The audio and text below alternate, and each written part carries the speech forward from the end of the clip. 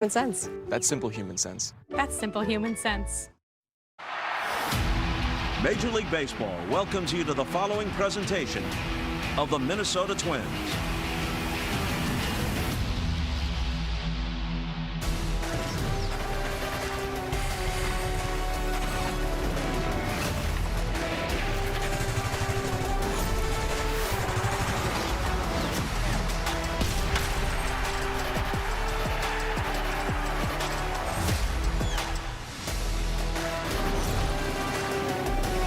The Central Division Showdown is off to a good start inside Chili Target Field. Tonight, the Twins go for 2 in a row against the Tigers, and it's all brought to you by Progressive.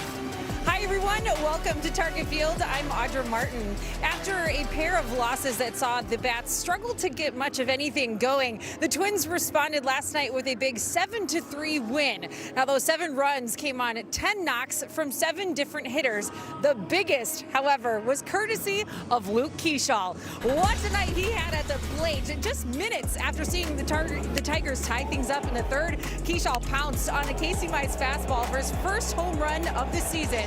Up until that point, he'd been making great contact, but running into some tough luck. So, after a hot spring, a great rookie season, it was really only a matter of time before the big hit finally broke through. Keeschall can hit. I mean, if you pull up his baseball reference page and look probably back to when he was in Little League, he's always hit. I mean, he hit last year in the big leagues. There's not very many guys that hit over 300 in the big leagues anymore. This kid can hit. So the least of my concerns right now is Luke Keeschall. So it was nice to see what he did tonight. Tonight, he'll get to put his skills to the test against one of the best in the biz. Corey Provis and Justin Morneau have more on the 2-time Cy Young winner, Tarik Skubal, next. Minnesota presented by Progressive Insurance. A grand slam for your budget. Visit Progressive.com. And by Ford. Visit local.ford.com or your local Northland Ford dealer today.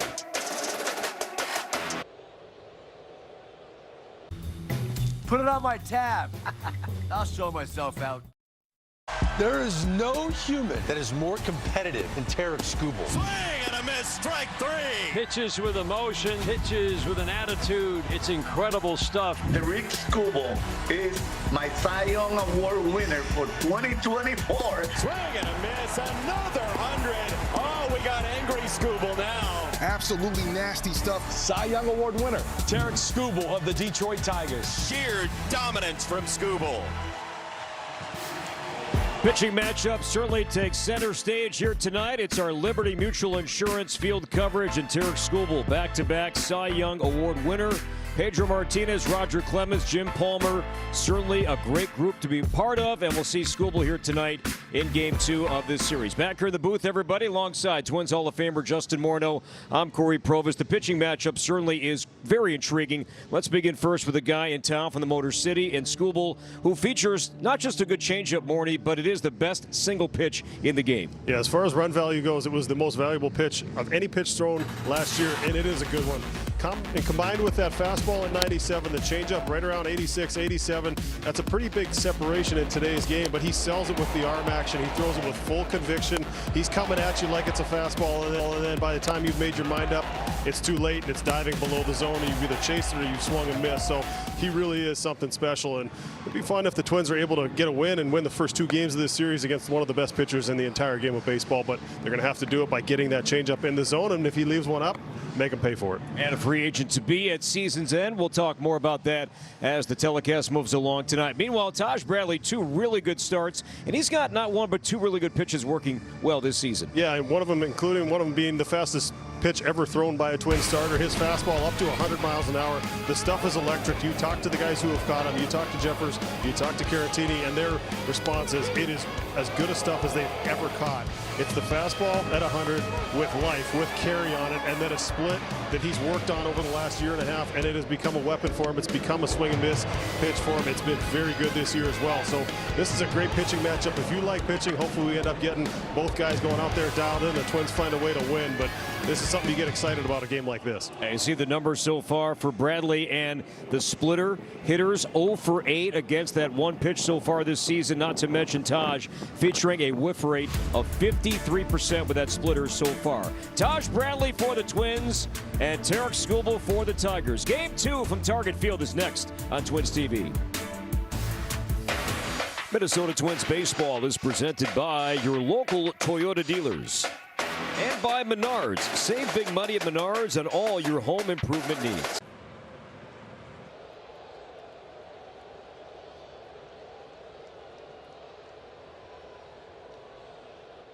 There's no place like here. Get tickets at twins.com. Game 2 of a 4-game series coming up, and Minnesota Twins baseball is presented by Progressive. Twins winning last night and look to make it 2 straight in this series, and also pick up win number 5 overall this season. Taj Bradley takes the field. Temperatures a bit better, ever so slightly, than what we had last night. 42 degrees here at game time. A.J. Hinch and the Tigers also 4-6 to begin the season. As we take a look at the Tigers batting order tonight, it's brought to you by Ford. A couple of changes. Colt Keith has been red hot, making a ton of hard contact. He bats leadoff tonight with the rookie Kevin McGonigal dropping to the number 2 spot in the lineup. Gleyber Torres, Riley Green, Dylan Dingler, Gold Glove winner last year behind the plate. Zach McKinstry, Spencer Torkelson batting 7th. We see the series debut of Javier Baez batting 9th. No Kerry Carpenter, still dealing with illness. Available off the bench, not starting. But now, Morty, we take a look at Taj Bradley. His season numbers brought to you by CarShield. He's been at 2 very good starts. He's been able to minimize the damage. Anytime there's been traffic, he's been able to keep his composure. He's been able to make pitches. We've seen that fastball electric up to 100 miles an hour. But the cutter, the splitter, and the curveball also nice complementary pitches, and been able to generate a lot of swing and miss with that split. If he's working from in front today, we like his chances for this being a very good pitching matchup. Colt Keith has been hammering fastballs and breaking balls. Does not have a hit yet against either a splitter or a changeup, and sees a fastball at 96 for strike 1. And with that, we are underway here at Target Field. You see the 7-game hitting streak for the former 5th-round pick in 2020.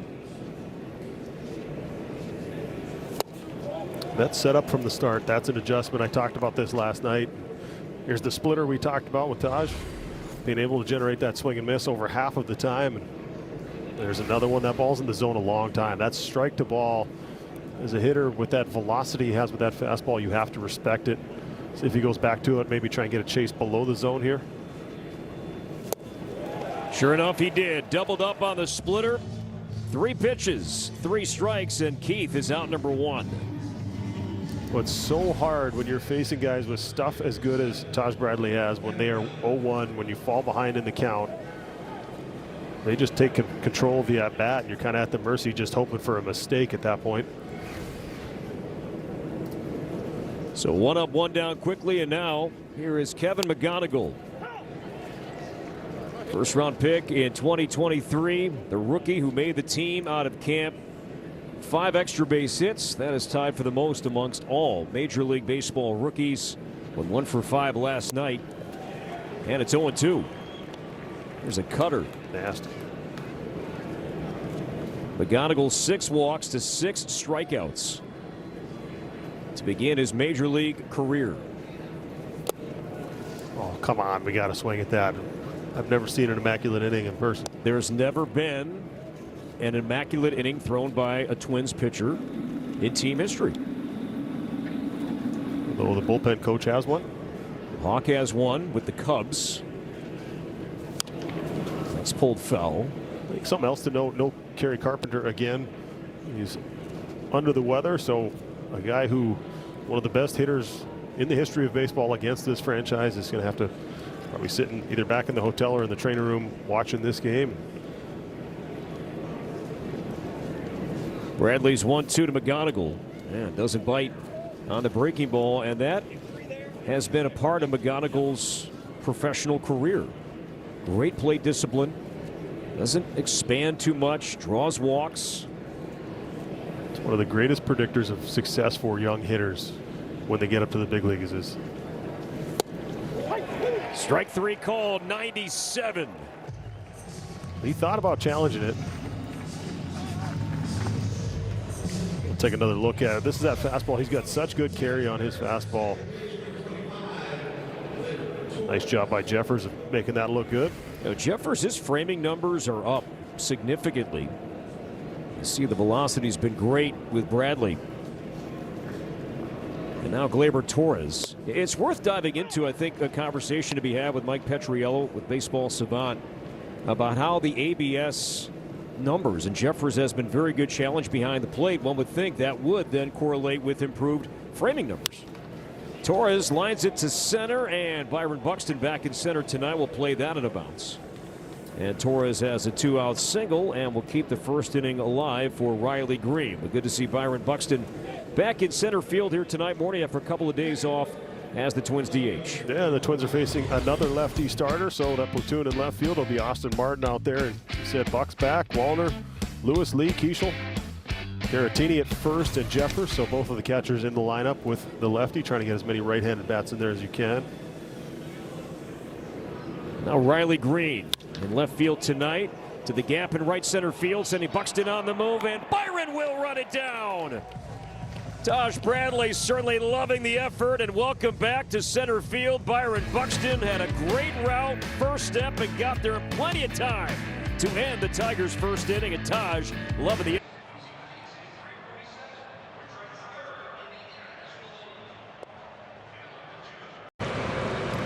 Toyota.com. Toyota. Let's go places. First-year Twins manager Derek Shelton, 4.5 runs per game so far for the team. As we take a look at the Menards Twins starting lineup tonight, Byron Buxton stays in the leadoff spot. Austin Martin batting second tonight. Luke Keishall had a great game last night. Ryan Jeffers. Victor Caratini had a key hit. Brooks Lee batting ninth at shorts, and Tarek Skubal is on the mound. First pitch to Buxton is a changeup. He did it again. Did it again, like he did late June last year in Detroit. Ball one. Until that first pitch changeup in late June, every single start he had started with a first pitch fastball. And that'll tell you the game-changing ability of Byron Buxton, the leadoff home runs, everything that he's done in his career. That's respect. Skubal's third start this year, and Buxton fooled on the slider. And it's 1-2 on Byron. Well, so not only are you worried about 97 miles an hour on the fastball and the changeup, but then he's also got that power slider that he throws as well. And the changeup strikes out Buxton. And the changeup has been so good per usual for Skubal this season. Hitters are now 1 for 15 against that pitch with 7 strikeouts. Well, it's just so tough because the previous pitch, that slider's going in towards your back foot, same velocity, but moving in the opposite direction, and he just throws it with such conviction. It's so hard. He sells it so well. He was second to the Red Sox Garrett Crochet in strikeouts last year. And the most strikeouts with the changeup, Skubal one shy of 200 since 2024. Line drive right center field. That will hang up for McKinstry. It's a good swing by Martin, nearly 101 off the bat, but McKinstry makes the play, so 2 down here in the Twins' first inning. Statcast 3D is powered by Google Cloud. Morning.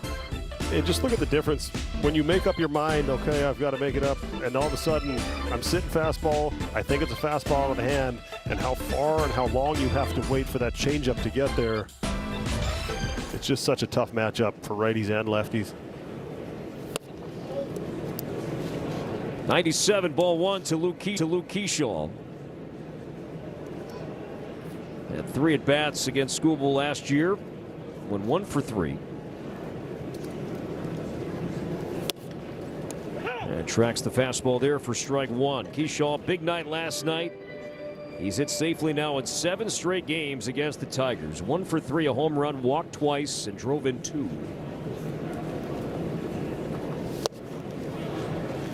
One and 2. See, I'm not sure with how much depth he's got on that changeup, with how good it is. Even if you go up there and say, all right, I got 3 strikes, one of these pitches is going to be a changeup, I'm not sure it's something you even want to sit on because of the movement. It's more if it's a mistake, you got to jump on it. But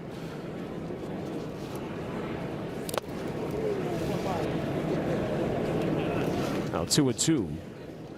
even you tell me, Morty, if you're thinking, okay, changeup's coming, but then he's got 96, 97 to go with that changeup. And I think the arm action of the changeup looks like it's 96, 97 coming out. 2-2 pitch pulled foul as Skubal ran a fastball in on the Twins' second baseman. But that's what's kind of tough. Are you fully committed to changeup? Are you sitting on changeup? If you're fully committed to changeup, then you're not going to catch up to the fastball if it's 91 or 94 or 97. It doesn't really matter if you're fully committed to it. 98. So it's kind of that thing where guys, oh, can you still hit the fastball? Well, then like Shelty was talking about a couple days ago with the hitter, then you're truly caught in between. You're thinking changeup, I got to get changeup, but I still want to be able to catch up to the fastball, and you're not on either one of those two pitches. So I think it's commit. Sometimes it's commit to a speed, sometimes it's commit to location. Seventh pitch upcoming, Skubal to Kershaw. And it's flipped to right, but that will work its way foul. So we see Kershaw early on working the count against Skubal. The Twins as a team are seeing almost 4.1 pitches per plate appearance. That is third most in baseball, trailing only Cleveland and Milwaukee. They're walking. They're doing a great job of swinging at strikes. It's just early in the year. It's cold. It's sometimes tough to get going, but the approach has been good overall. Eighth pitch coming up to Kershaw, and Skubal strikes him out with a high slider. So Skubal strikes out two. We check in live. Pablo Lopez joins us from the first base dugout. We come back to Target Field.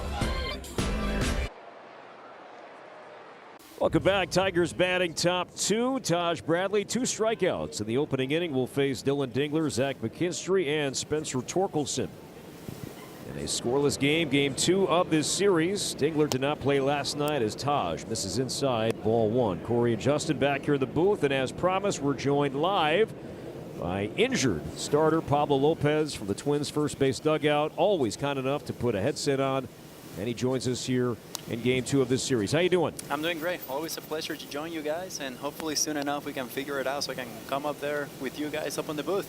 Perfect. Well, yeah, because last year I was off, but he joined you guys, Morty, for the Players Show, and Pablo was so invested in it that he wanted the same attire. He had the Unreal Twins polo on. He was certainly part of the broadcast team last summer. He was the best part of the broadcast team as far as the analysts go. But still haven't. The next one I want to wear a suit, though. Oh, okay. All right. We'll have to get you on before it's hot then. Yeah.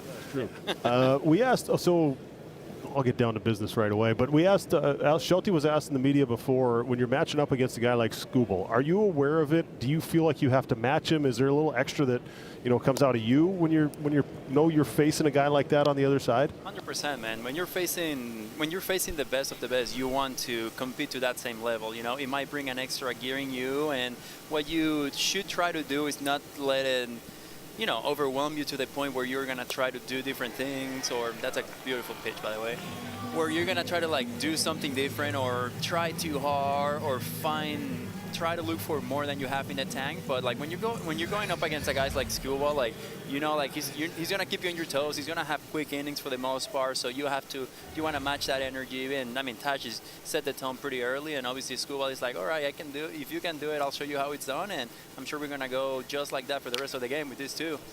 McKinstry pulls it to right down the line. That's going to be a fair ball and one hop off the wall as Matt Wallner throws it back in. So the scouting report says that Zach McKinstry is swinging at the first pitch nearly half the time. And he does do it there, and the Tigers have their second hit and a base runner in scoring position here in the second inning. Yeah, fastball looked like Jeffers was set up away and maybe just pulled it a little bit on the inside part of the plate. McKinstry credit, he got to it, hit it hard.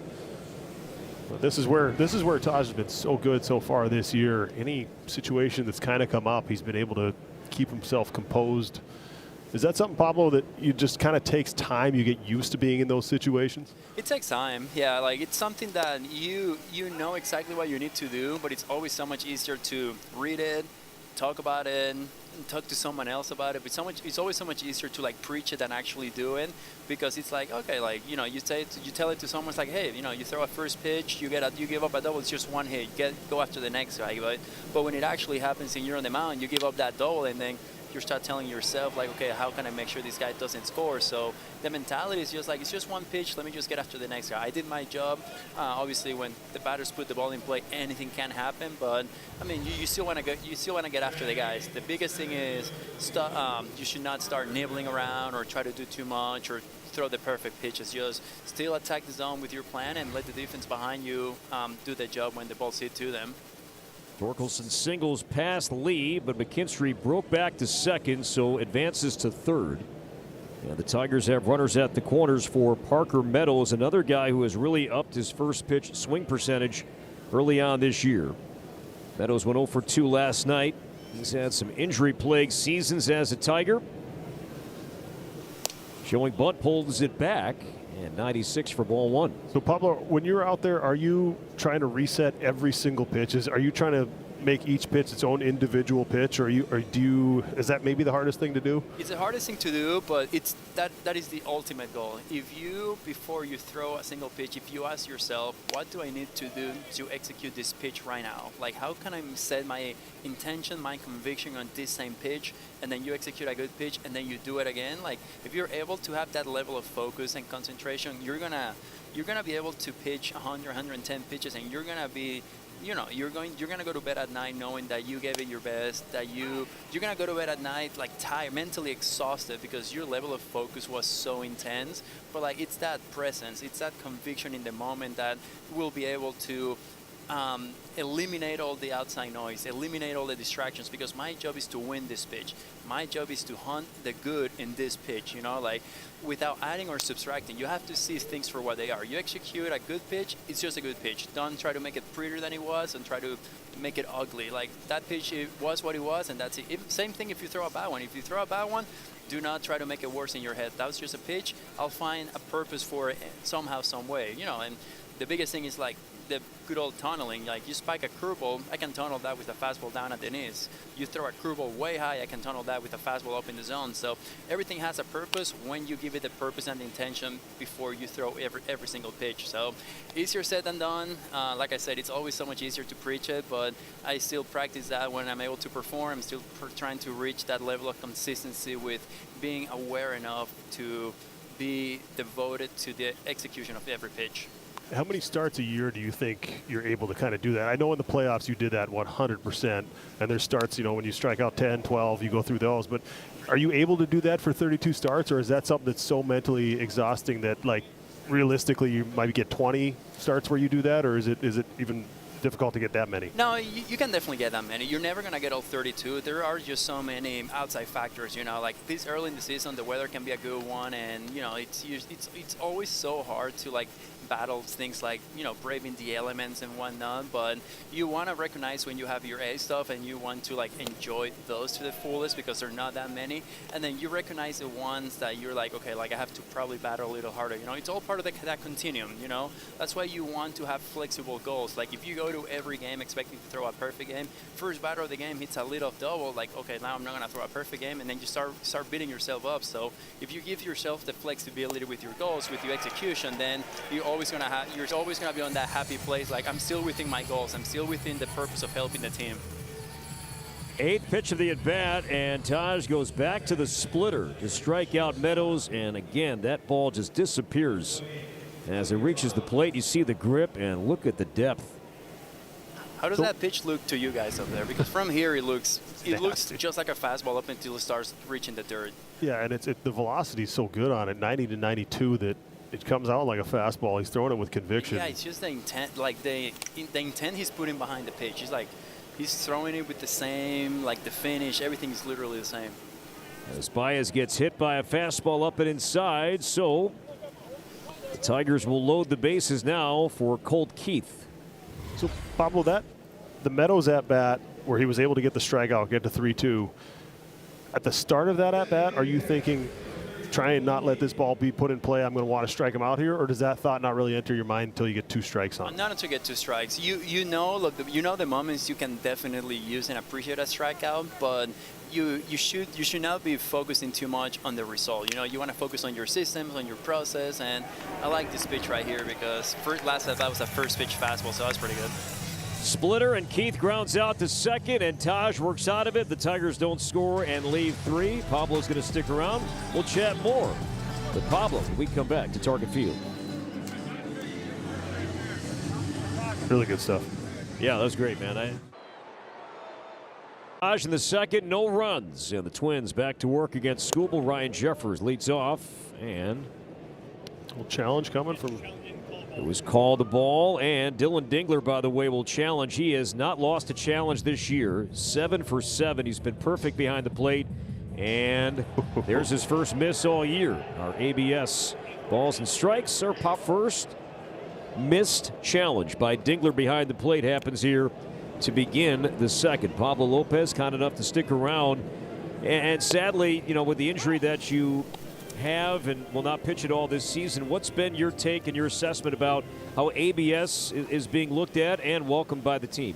No, I think we're definitely welcoming it, and we've had a good approach. And I saw a statistic on MLB Network where like the top team. I think we're the top team at using the ABS. We're getting the most like overturned calls. So I mean, the guys behind the plate doing that thing are like incredible. I mean, Jeffers couple days ago with the little cross up here and there that he was able to get the strike call on, that is just brings to our attention how good he's like at recognizing the zone with each guy that's batting. Now Shelty has said he really does not want any pitchers challenging. If you were active, would you be on board with that as well? I would tell him, give me the opportunity to give me the opportunity to do it, and if I show you that I don't do it, that I'm not, then take it away from me. But okay. Last spring training, I'm proud to say that I went 3 for 3 with my challenges. I will say when I was doing my rehab starts, I challenged a pretty bad one where I was fooled by my own catcher's framing.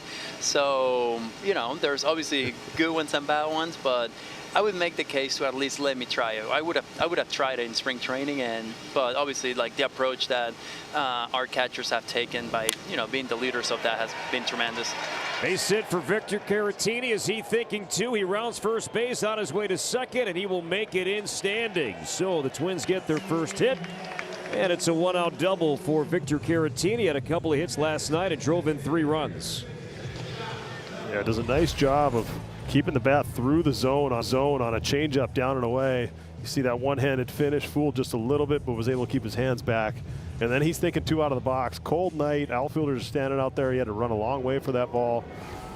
Left-handed thrower, so he had to kind of turn to get that ball.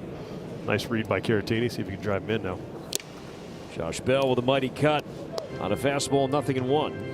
So Pablo, take me through, if you're Taj over there, once you come down, how long are you going over the last inning? Are you going over each pitch in your mind of how'd you execute, or are you already on who's coming up next inning and I'm kind of going through how do we pitch them last time and how do I want to get them out? Oh, no, I'm already thinking about the next 3 guys. I'm already thinking about first pitch to McConaughey, first pitch to Torres, and first pitch to Green. I want to be in the same pitch with my catcher, because the last thing I want to do is shake him off first pitch of the inning. So I want to make sure like we're in the same page with like, hey, this is the first pitch we're going to throw, especially to the guys leading up the inning. So, you know, he had some traffic, but he was able to put up the 0. So that's a successful inning. So I'm going into the dugout with like, okay, let me put up a 0. Let me just like be on the same page with the catcher. If the pitching coach has any notes for me regarding last inning, I'll listen to him. But, you know, I put up the 0. I was able to still keep a good pitch count. So I'm thinking of the 3rd inning and how I'm going to start each guy. And so once you've kind of, okay, I'm throwing first pitch, are you going through scenarios, okay, if the leadoff guy gets on, or is it just, hey, I'm envisioning facing each of these guys with the bases empty, or are you actually going through, okay, leadoff double, I'm going to do this, or is it just kind of keep it as simple as possible? Lined up the middle, base hit center field. Caratini broke to second base, and now he's going to be held by Borrego, as Parker Meadows has a really good arm in center field. So back-to-back singles, or back-to-back hits, I should say, from the Twins. Caratini doubled, now Bell singles, and the Twins have runners at the corners. Good solid contact. This ball hit hard back up the middle. But yeah, Morno, going back to your question, I'm keeping it simple. And obviously, you know, you wanna have good energy. So you're thinking like, you know, I'm gonna get a 1-2-3 inning, and you come up with a plan of like what the first pitch is gonna be, because you know what you're feeling that day, you know what the report says. But situations are different. You know, like if you give up a leadoff double, then you make an adjustment based on all the scouting and reporting you've done. the days leading up to your start. Matt Wallner's going to challenge the strike. Really close at the bottom of the zone here. And it was a strike. And Wallner, yep. Could read that. And Twins are down a challenge. So Wallner's not been as successful as a few of his teammates at the plate challenging balls and strikes. So both teams have one challenge remaining. Justin, do you think you would have been good at the challenge system? I mean, I complained about every pitch that was called, so I don't know if that would have made me any good at it. But the zone was so different. It was so much wider and so much shorter. It was. When I played compared to what it is now. Now it's more vertical. Yeah. You know, you're getting all the way up to the elbows. For us, there was nothing above the belt that was ever called, but you got a good ball and a half off the plate. Wallner pulls it foul. Look out, Pablo. You make the play? Almost. I kept it in front of me. Is Fred okay behind you? It was also my left hand, so I kept it in front of me with my left. But you're ambidextrous, so you can make that play. Here we go, coming right at you. Knock it down. Knock it down. Yep. Set my feet, make the play. Saved Audra. Fred behind you. He's good. Fred, you good? Fred's good. Fred. That was among the best stories that I felt we told last year was the friendship you have with Fred and how that came to be. We got to know Fred a little bit, and that was a great story to kind of share with our audience last summer. No, Fred's awesome. He's going to help me go tomorrow, pick up my car at the airport. As Wallner strikes out, 98 from Skubal, so 2 down, and it's up to Royce. So at what point in this inning, Pablo, if you're Taj sitting over there, are you kind of locking back in? Are you waiting till you get to 2 outs and say, okay, and then you're kind of flipping the switch? Or are you sort of somewhat engaged the entire time of just focused on what you're trying to do? Or are you sitting there watching the game, trying to pay attention? I'm sitting and I'm paying attention. I'll give myself until there's 2 outs. So like right now, I'm moving around and being more like proactive with, warming my body up. So I'll give myself the first 1 to 2 outs where I'm just like sitting there. I'm looking at the reports. If there's something I want to take a look at on the iPad, then I'll do it before the first 2 outs. After that, I'm moving around. I'm like activating my legs or just like hanging from the dugout. So I want to make sure that when I go to the mound and I throw my 6 warm-up pitches, that I'm putting myself in a best situation to like throw my best stuff from the beginning. That was something I struggled early in my career. Like it would take me 3-4 pitches to get warm out there, and a lot can happen in 3-4 pitches. In the air to left center field, deep and playable for Meadows. It'll make the play right near the warning track to end the inning. So Lewis flies out, and the Twins leave 2. Pablo, this was great, and we'll do it plenty more as we move along the way. Our buddy, best of luck, and we thank Pablo Lopez, one of our favorites, for joining us here for a great discussion in the second inning. So the Twins had some traffic. The Caratini double, Bell single, but Skubal retires Wallner and Lewis, and the Twins strand 2.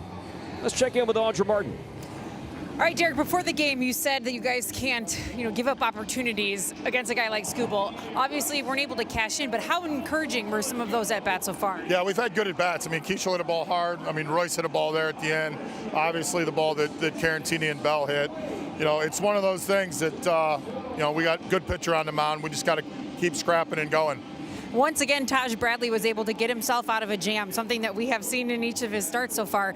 How impressive has he been in that capacity, and how encouraging is it to see that he's able to do that here so early on in the season? It's definitely encouraging. I mean, I think as we talked about in the pregame, Taj just continues to get better, and when he has those situations, he's been able to execute pitches.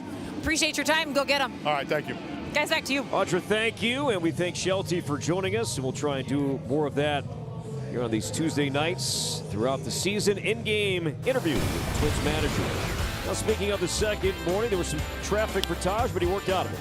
Yeah, he got a fortunate break on McKinstry breaking back towards second base on that line drive, playing it safe, and then he was able to get that strikeout, which was huge. And then, as Pablo said, O'Keefe, he threw him a first pitch fastball. That time he threw him a first pitch split and was able to get a quick out there and get out of that inning. But this is really in the past, and a lot of young pitchers, you see that the traffic starts, the game starts to speed up, start falling behind in counts, the hitters start shrinking the zone and then taking advantage of it. But so far in his 3 or 2+ starts, his 3rd start of the year, he's been able to manage those situations so well. And I think everyone around him believes in him, and you hope that he's able to believe in himself as much as everyone who sees the stuff, the guys who are catching him, the pitching staff, you know, everyone else sees the electric stuff and just sees the potential there. And I think we're just kind of seeing him mature sort of right in front of our eyes and grow up as a pitcher and just kind of get to that next level.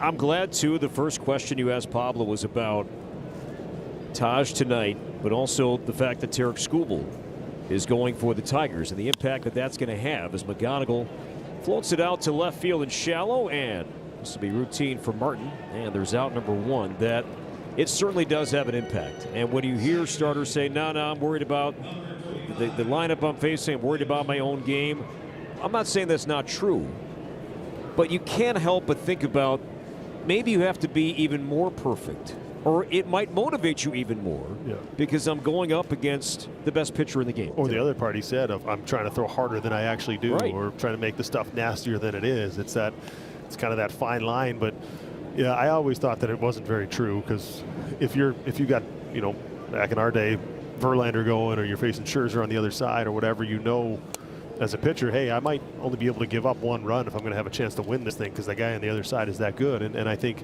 it's kind of what we're seeing tonight. And anytime anybody said, no, I don't pay attention to that, I went, you probably should, because you're going to need to be at your best tonight.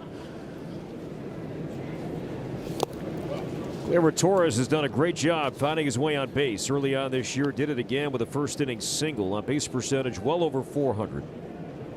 He has more walks than strikeouts. He has 1 home run this season.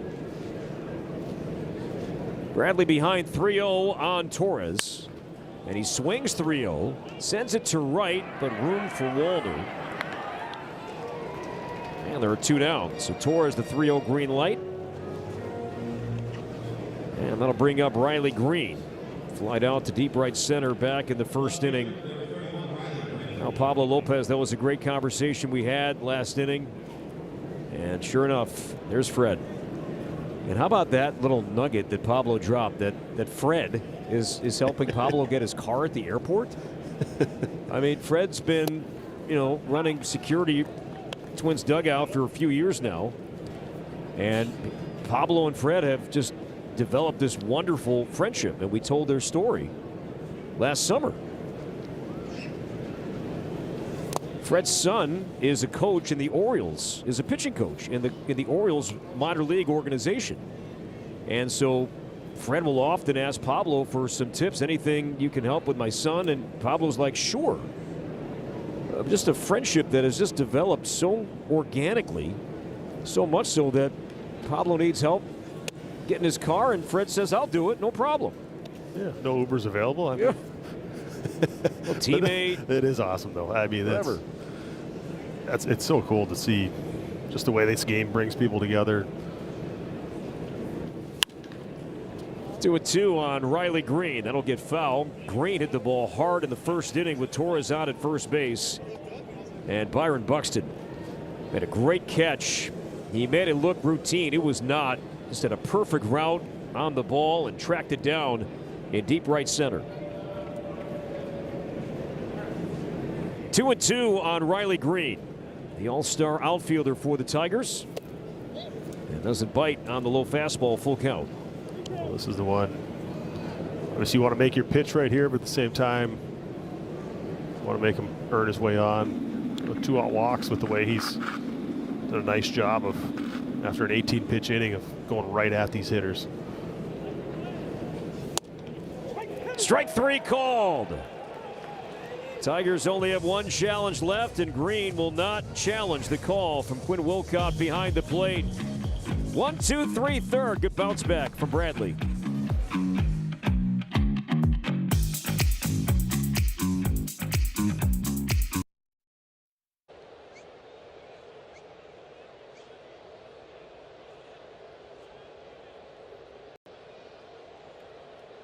Score, bottom third. Look at our Delta drone cam high atop Target Field here tonight. And Brooks Lee, his first at bat against Skubal tonight, and Lee 0 for 8 lifetime against the 2-time Cy Young Award winner. Let's see if he can change that stat line right now to left center field and shallow. Meadows coming in, and it is down. So Lee indeed picks up his first hit against Skubal, and the Twins have the leadoff man on for the first time. Yeah, might have sacrificed a bat doing it, but trade a bat for a hit every day of the week.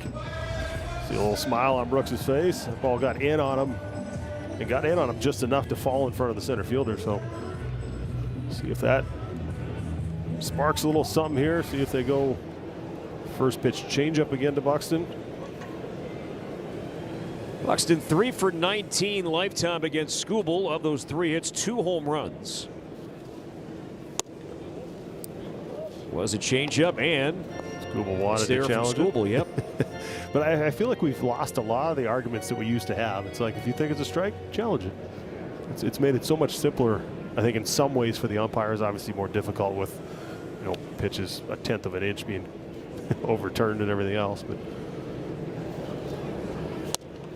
I loved Pablo's honesty that, yeah, while Shelty has said doesn't want his pitchers challenging, yeah, I probably was going to challenge a few. And maybe would have said, hey, but the ace of your staff, take it. I think I'm going to trust him until he proves otherwise.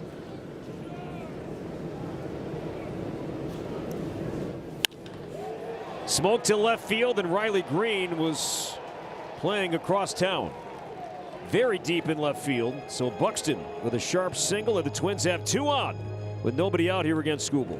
107 off the bat. This was good contact. I mentioned it a couple days ago when he was going through that struggle. It looked like he was starting to get really, really close, and then hit a double in the corner last night, lined out to center, a couple of hard hit balls, and then off one of the best in the game, he's able to get to that fastball.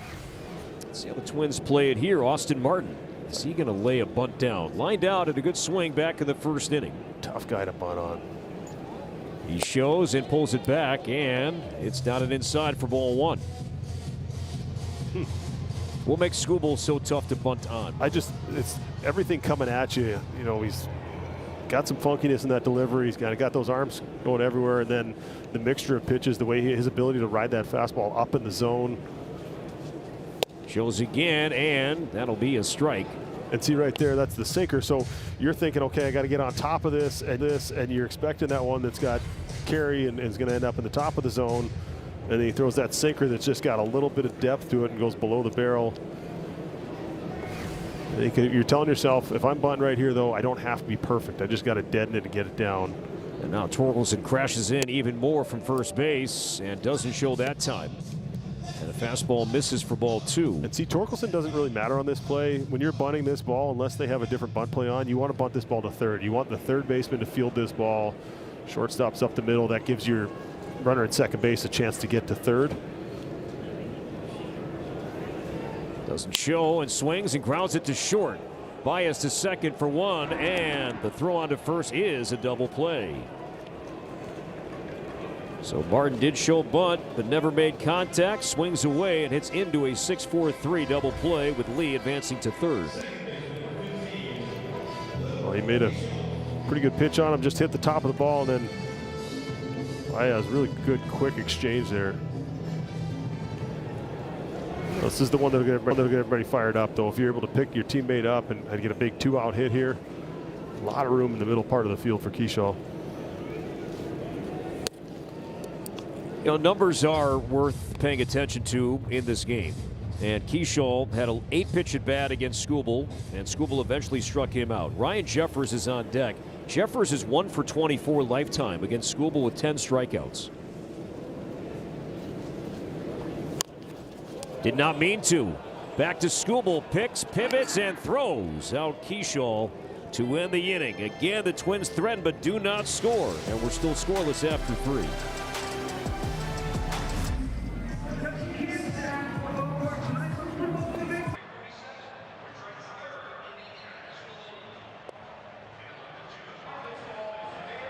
This pitching matchup going in, and it has been fun so far tonight. Taj Bradley has struck out 5 so far tonight.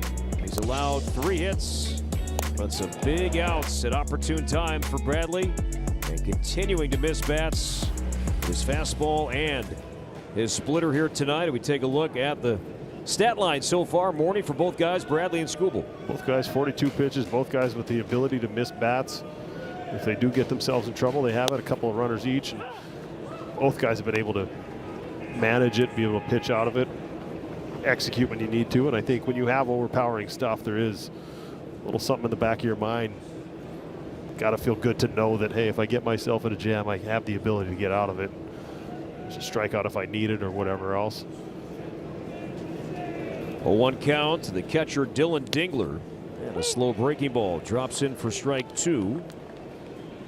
Dingler, Gold Glove winner last year, the first Tiger position player to win a Gold Glove since Ian Kinsler won at second base in 2016. Now the last Tigers catcher before Dingler to win a Gold Glove, Pudge Rodriguez, did so back in 2007.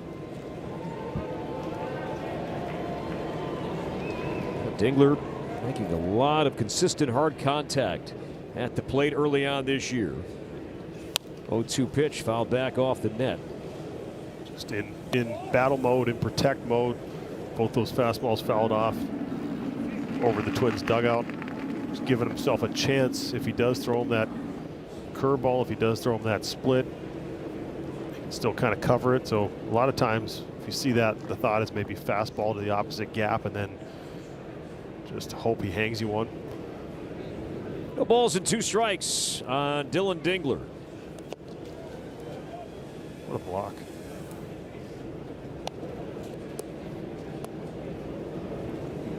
Ryan Jeffers behind the plate. He'll lead off the bottom half of the 4th. This is a hard pitch, well out in front of the plate, but squares up the chest. Eyes are looking down to create that angle to deaden that ball. Did it again.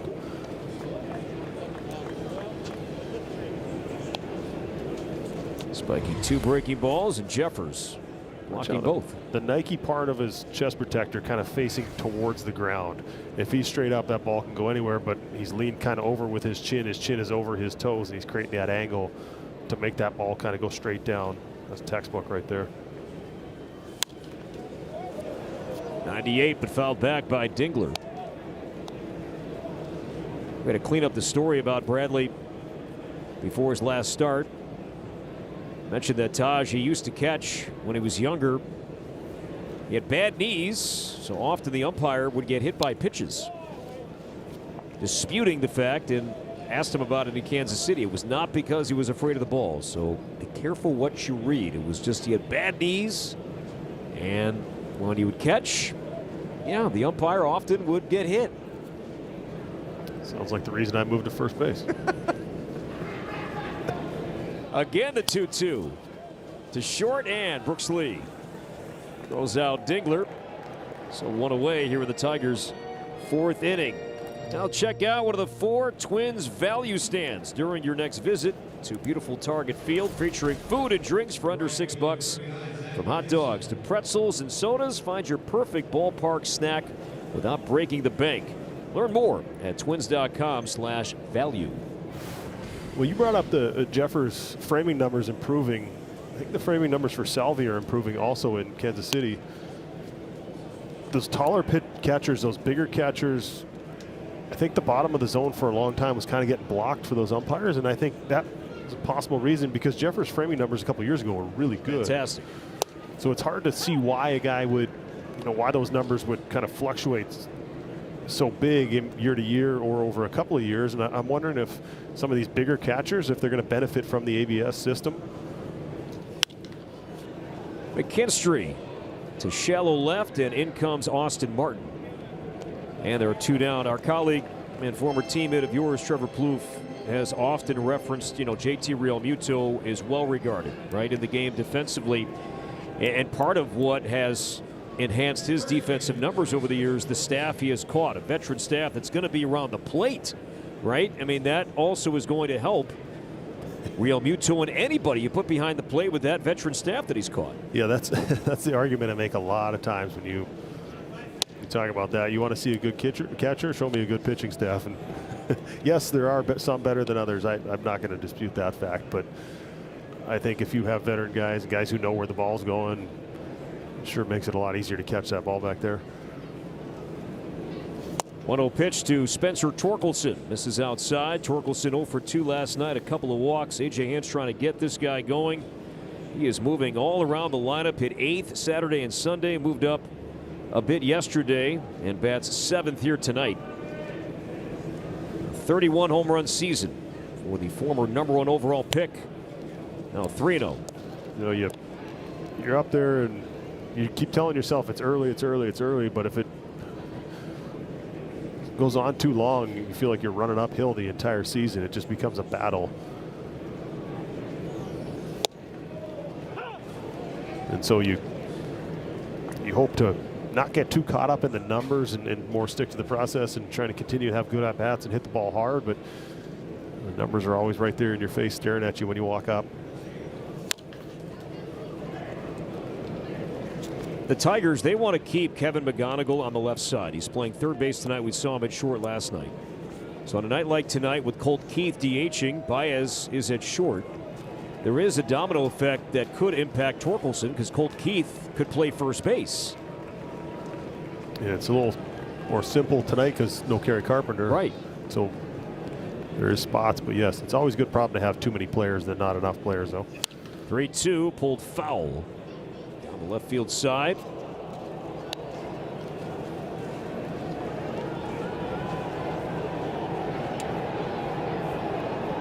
Foul ball kicked back on the field. A little delay here. 7th pitch coming up between Bradley and Torkelson.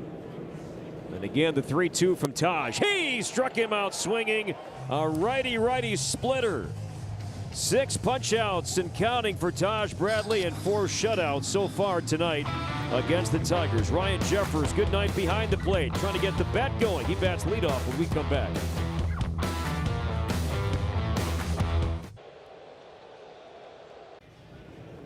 Taj Bradley, 6 strikeouts, no walks, 3 hits, no score. As Ryan Jeffers leads off against Skubal. Strike 1 on the Twins catcher. 0 for 1 tonight. Jeffers, Caratini, and Bell against the 2-time Cy Young Award winner Tarik Skubal, who could be a free agent at season's end. He went to arbitration with the Tigers, and not only did he win, but he won in record-setting fashion. A $32 million arbitration case win for Skubal.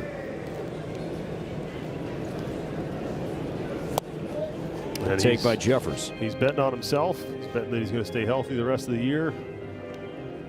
It'll be really interesting to see what the winter looks like, but got a whole season of baseball yet to worry about that. Now 2-2.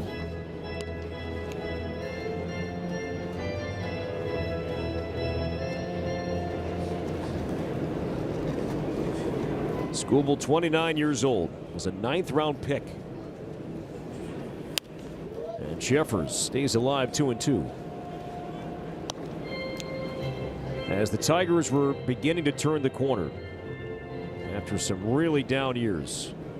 Casey Mize, Matt Manning, Tarik Skubal started to learn more and more about the pitching, not to mention the position players that the Tigers were hoping were going to be impactful, guys like Torkelson and Riley Green. It was Jack Morris when Jack was still calling games for both the Twins and the Tigers, but especially the Tigers. He said, Skubal's something special. This was years ago. 3-2. Good eye by Jeffers. He's running full. And that was the old, and now we bring in the new, Morty, because this starting 5, and Verlander's out right now, but tough 5 that the Tigers have. Ability to miss bats, ability to throw strikes, ability to do different things. Chop to third. That's a fair ball. Behind the bag is McGonigal. Long throw, and Torkelson can't dig it out. I think it hit Jeffers. And Jeffers is safe to begin the 4th inning. Yeah, thankfully, Jeffers didn't break towards second on that. I got that as an infield hit. That had some spin. It kind of kicked back in fair territory, and Tristan McGonigal had enough time. It just kind of sailed on him.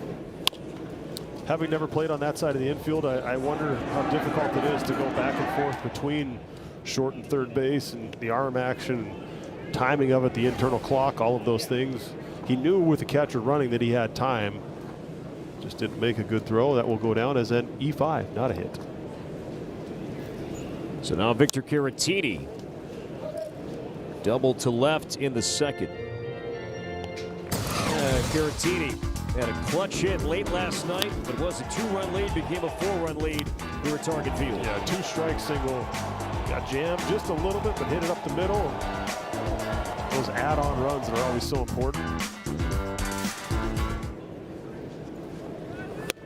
And it led to Derek Shelton making a change with his pitching plans. Cole Sands was warming up, was going to be a save situation, but then the lead at 4, Shelton decided to keep Cody Lorison in the game, and Lorison had a scoreless 9th. And with that, he picked up his first Major League save. And he was celebrated inside the Twins clubhouse postgame last night and had a fun walk and talk with Audra Martin on the field during pregame. 0-2 on the Twins, switch hitting first baseman. I think we do such a better job of celebrating the victories, the firsts. It was always, you got your first hit in the big leagues, and manager, somebody would come in and they present you the ball, congratulations, your first win, all those things. But I think, you know, we've started to recognize more of those big moments. Always good to share those. Blocked by Dingler.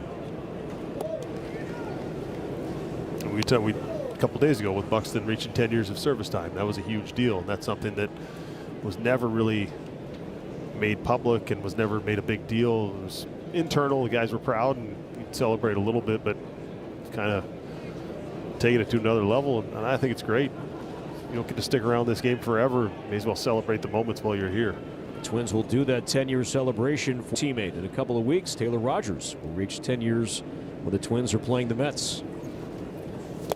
Caratini, a swing and a miss on a changeup. That's the 4th strikeout for Skubal. Make that 5th, excuse me, and out number 1 here in the 4th inning. I mean, as advertised, we were expecting a pitching matchup, and you had the conditions on top of it for about 40 degrees at first pitch. Tough night to be a hitter, but both teams have had some chances. Pitchers have found that next year, found their way out of it. Josh Bell to right, slicing foul, and it will land near the warning track.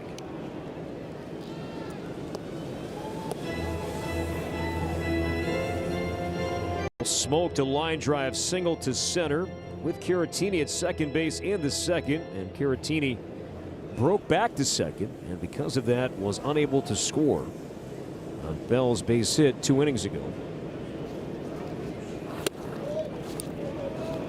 1-1.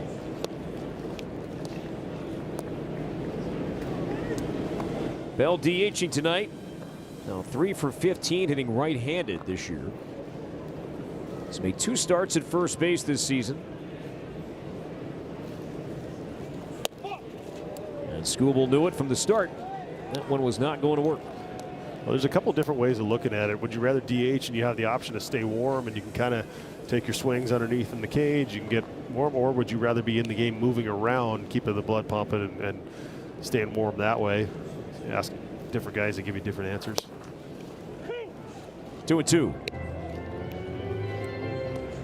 Well, that was something that you struggled with, right? End of your career, DHing, finding the right routine. Yeah, and and just keeping your legs going and staying engaged mentally. You have that break when you play defense. You're not thinking about your swing. You're not thinking about, am I going to swing at the first pitch my next time up? And you're not due up for another, 2 more innings and a lot of time to stew on it. So you kind of have to find that routine of how do I pay attention to the game without overthinking the offensive part of it. Jeffers at first stays. The 2-2 and Bell strikes out. A sinker at 97. So back-to-back strikeouts for Skubal, now 6 here tonight, matching Bradley so far. When he needs to find another gear, when he needs to finish an at-bat, he just has the ability to, with multiple pitches, to finish an at-bat. It's not just relying on one thing or even 2 things. He's got weapons he can go to. Matt Wallner lines a base hit to left center. Jeffers holds at second base, so we're seeing Wallner go the opposite way a bit more here lately, and the Twins again have 2 on against Skubal. He's had a ton of starts against left-handed pitching. Or look it up, but almost as many at-bats this year as he had last year. We're 11 games in now, but Good approach. You see that head down at contact, finishes through good, solid contact. But yes, if he's able to stay on the ball like that, very difficult to pitch to. 3 to left, center, and 4 to right. And we have a pitch time violation on Skubal. So a ball with Lewis here batting for the second time tonight with 2 on. Royce hit the ball well his first time up, but flied out deep to left center. And the 1-0 pitch is a strike at 98.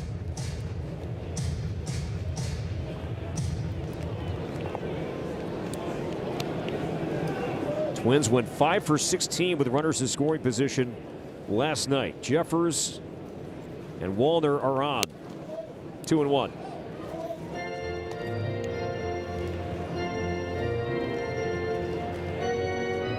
Back-to-back fastballs.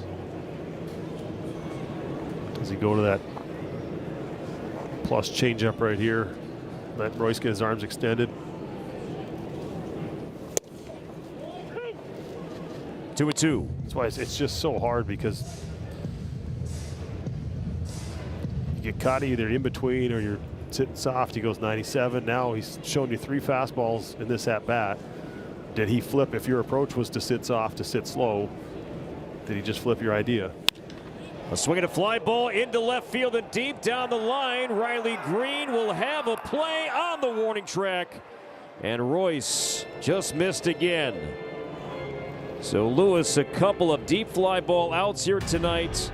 And the Twins strand 2 more. Taj Bradley, 6 strikeouts through 4. Back on the mound in a moment.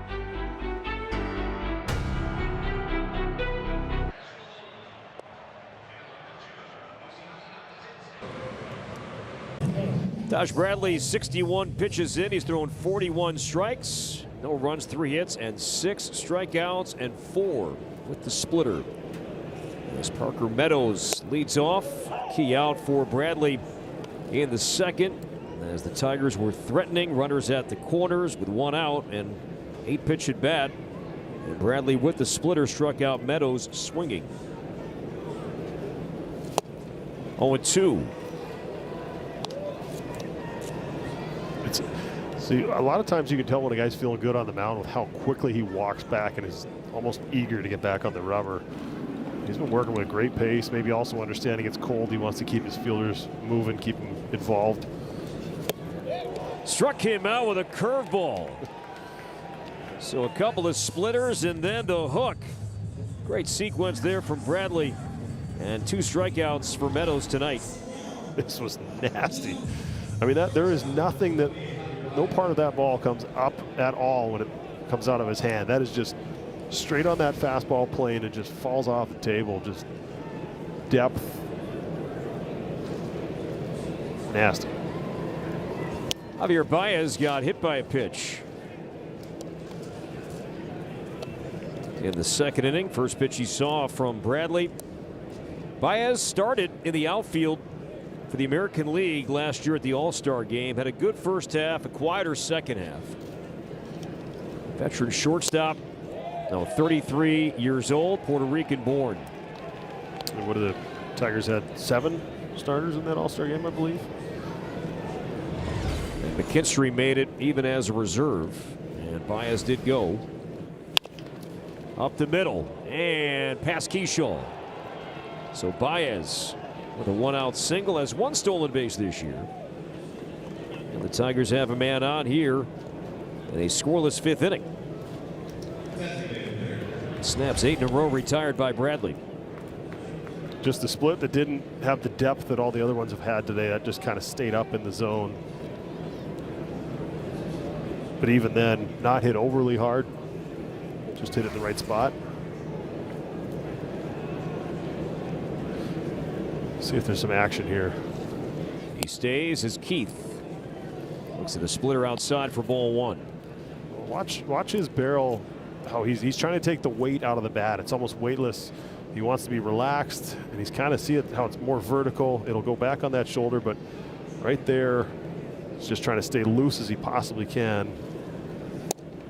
And that's led to him increasing his bat speed almost 3 miles an hour.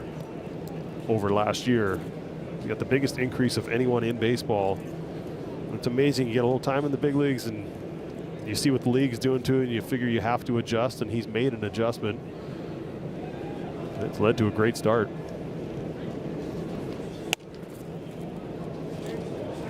He's hit safely in 7 straight games. He's 0 for 2 tonight, but ahead of Bradley, now 2-1.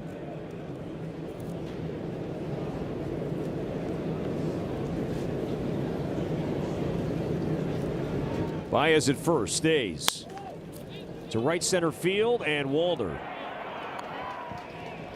drifts over to make the play, and there are 2 down for the rookie Kevin McGonigal. Well, you call the plays with a My Twins Choice membership. Choose from a variety of seats and games that are right for you, and start unlocking benefits including up to 25% off concessions and tickets.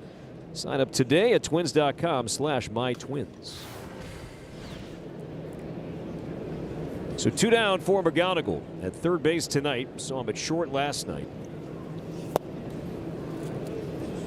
In his major league debut in San Diego, produced 4 hits.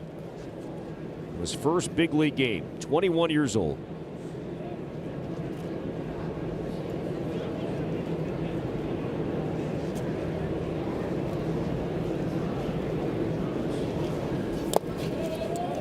And Baez will take off, and no throw from Jeffers. So a splitter that Jeffers got a piece of. It kicked up the third base line, and Baez advances to second. That'll be a wild pitch. This split had some depth to it and just kind of skipped off the plate, it looked like. That's why Jeffers wasn't able to pick it clean. Nice job with 2 outs, recognizing the situation. Javi's been around long enough to know that he's got a lot better chance of scoring from second. So I asked the question after seeing the opening day, after seeing J.J. Weatherholt hit a home run at home on opening day, which would you rather have, the 4-hit game in your first big league game or a home run at home on opening day? I think the home run. Swings 3-0. Tough guy. To shallow left, 3 Twins converge, and Martin taking charge and makes the play. And McGonigal flies out, and the Tigers strand 1 more.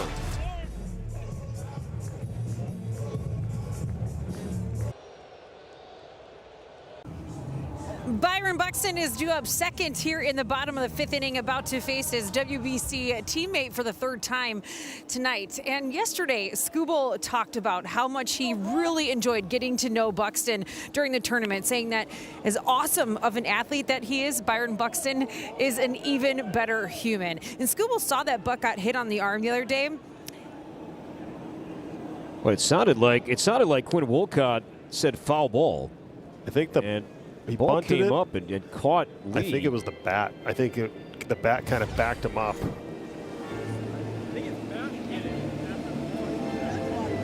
That's exactly, you know what, good pickup there, Morty, because that's exactly what Quinn Wolcott just told Nick Paparesta, that I think the bat caught him. It sure did on the ricochet. Fingers just slipped out of his head. That top hand, you want that grip to be loose. That's how you deaden the ball. It was a fair ball. I thought I heard Wolcott say foul ball, but maybe he said fair ball, but Lee is out, and he's going to get looked at underneath. Hopefully he's all right. So Buxton coming up 1 for 2 tonight. And for more on the friendship between Byron and Skubal, let's bring back in Audra. Yeah, Skubal saw that Buck got hit in the arm the other day and started thinking, you know, I wonder if we're going to see him when we face the Twins here in a couple of days. He said, of course, he was pretty much right back out there. That just speaks to who he is. He's tough. He's a 5-tool player. And there's really not a weak part of his game. He said that in itself is really impressive, but to do it for 10 years is something else. A lot of respect between those two, and I know that Byron Buxton also mentioned how much he enjoyed getting to nail Skubal during the tournament. So interesting dynamic, former teammates here going head-to-head again tonight, guys. You know, Audra, hearing Byron reflect on the WBC, you hear that a lot about, and Morty, you were a coach with Team Canada, about the friendships that you can make and establish in that tournament. You compete against so many guys, and really how much time do you get to spend with them in a clubhouse, in a dugout, and not too much time unless you have a chance to be a teammate. Yeah, the All-Star Game's something different because it's a whirlwind. You're kind of all over the place. Here, you're together for a couple of weeks. Or at the WBC, you're together for a couple of weeks, and then you start to have conversations and go, this guy's maybe different than his personality on the field, or this is a guy that, I get along with, or this is a guy I can learn something from, and you kind of, and then as the year goes along, you keep an eye on each other. Check swing and no swing. So Buxton has run the count full. And I think it's a little different for Team USA compared to Team Venezuela, Team Canada, where, the majority of the league is American-born players, and so there's a lot more guys. So maybe it is more difficult to kind of get to know each other. And that is low, and there is the first walk this season issued by Tarik Skubal. Great at bat. Yeah, we'll see how he feels. If he feels like running, not a lot of offense in this game going on. It might just be a single that ends up scoring a run. So we'll see if Buxton tries to find his way to second. Skubal had gone 17 1/3 innings this year without walking a man. And that ends now as Buxton comes back to draw the walk. And here comes Austin Martin, who looks at a fastball low for ball one.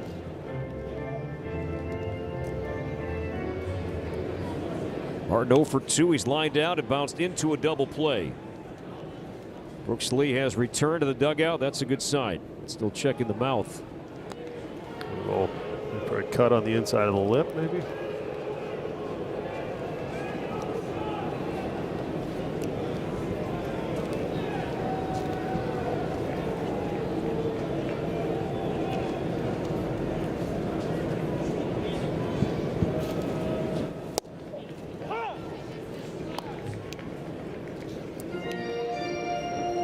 Skubal over his last 7 starts. And this goes back to 2022. His last 7 starts against the Twins. A 4-0 record and a 1.64 ERA. And he's looking to join some elite company, winning 3 straight Cy Young Awards. Randy Johnson, he won 4 in a row. Greg Maddux also won 4 in a row. Now the debate around here, something I know you are sensitive about, is that Johan Santana won in 2004, 2006. And to this day, you're pretty convicted on this, as are many Twins fans. He should have won in 2005 as well. I think if you ask Johan too, he'll tell you that he thought that was the best year out of all 3 of those. It's not the way it worked out. Bartolo Colon won that year. The only category, real category, that Colon beat Johan in wins.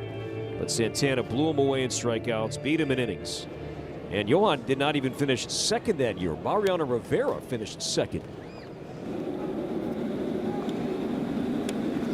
2-2 on Martin. Buxton stays, and inside ball 3. This is what Austin Martin has done well all year, working the count. Such a good take. That's such a hard, with the velocity he has, how hard he throws, to not fire on that pitch and survive and get to be alive another one. See Buck take off here, I'm guessing. Skubal throw over. He doesn't. Byron runs inside ball 4. Back-to-back walks. And the Twins have 2 on, 1 out. And Luke Keeschall coming up 0 for 2 tonight. But Keeschall, who's been hitting the ball hard at a high rate this season, rewarded last night with his first home run off Casey Mize, as this one found the stands in left. Really found a fan's glove. Front row. And he's had good at-bats all year. He has consistently good at-bats. He doesn't chase very often. He stays within the strike zone. He's just mature beyond his years as a hitter. For his experience level, especially in the big leagues, he does not look like he has a limited number of at-bats. He looks like he's been here for years. Kind of like the way this lineup has been kind of shuffled around and reformatted the last couple of days with Buxton that leadoff spot. Now you got Keeschall, who's had a good year so far, small sample size, but with runners in scoring position, he's been good. And you know he's going to give you a quality at bat. See if he can find a way to find a gap, find a hole, find some way to get Buxton to score. Twins have had base runners on in 4 straight innings, have yet to cash in. 2 on, 1 out. 0-1. Audra. Guys, it was only a matter of time before Luke Keeschall got his first home run, but Matt Wallner actually knew exactly when it would happen. If you notice in the replay, you'll see Royce Lewis really excited pointing to the dugout. It's because when Keeschall was at the plate, Wallner turned to Royce and said, yo, he looks extra angry right now. Here comes a home run, and he was right on the money. Base hit to center field. Buxton rounding third. He will head home and score. And Keeschall delivers again. An RBI single, and it's 1-0 Twins. A lot of room in that big part of the field, especially when that shortstop shading you on the pole side. And a great read by Byron Buxton at second base. We've seen two runners be out there earlier on line drives up the middle, not score. Buxton went immediately on contact, and this happens by knowing where the shortstop's at. He knows when he takes his secondary that he's still going to be off his right shoulder. The only concern is the second baseman. Is he going to be able to get to that ball? But Buck knows it's on the shortstop side of second base, and he read that perfectly. Here's Ryan Jeffers. Also, I think, and the Twins have made a ton of outs on the bases so far this year. Austin Martin, job well done, because Meadows, he had no plans on throwing home. His throw was going to third, and Austin saw that morning and hung out near second base. I think he also froze. The angle's different at first base. He froze on that line drive a little bit as well. So I think that combined with knowing who's running in front of you, knowing there is no chance of almost ever throwing Byron Buxton at home on a ball hit to the outfield, especially one that's on a line like that. So reading the play in front of you, still in scoring position, he's in a good spot. 0-2 to Ryan Jeffers, and that misses. Outside ball one. Entering this series, the Twins had made 6 outs on the bases, tied for the most of any team in the game.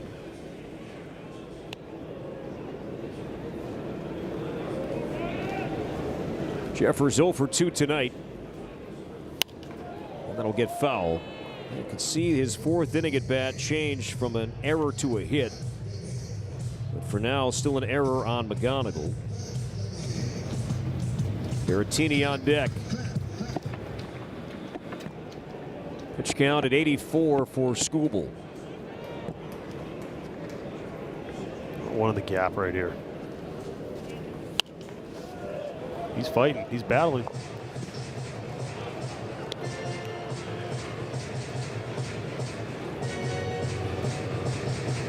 The way Taj is pitching, the way he's dialed in, just feels like even one more run could be the difference in this game. Line to right, and that's a fair ball for Ryan Jeffers. It'll find the right field corner. Martin scores. Rounding third, heading home is Keeschall. He will score sliding, and Jeffers comes up big. It's a 2-run double down the right field line. 3-0 Twins here in the 5th.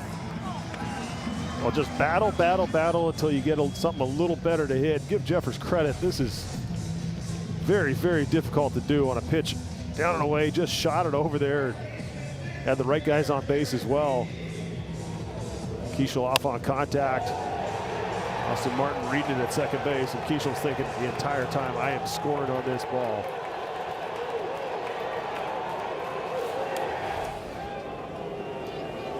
First runs batted in for Ryan Jeffers this season, and the Twins' lead grows to 3. So 4 straight have reached. The walks to Buxton and Martin. Keeschall RBI single, Jeffers 2-run double, and now Caratini's been good with runners in scoring position, 3 for 8. He's 1 for 2 tonight overall. Tigers bullpen going to work. 0-2 now on Caratini. Lefty Tyler Holton. He is warming up.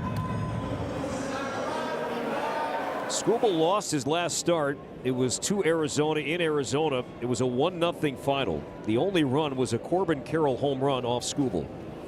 That was on an 0-2 pitch. To the opposite field.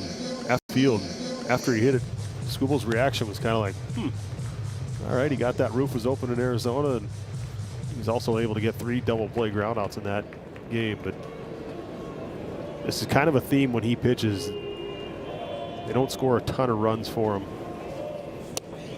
Yeah, something that Derek Shelton, when we brought up the name Paul Skeens, he said, yeah, I remember that because I dealt with that often in Pittsburgh, that schemes would pitch so well and either get a no decision or lose a 1-0 game or a 2-1 game at a high rate.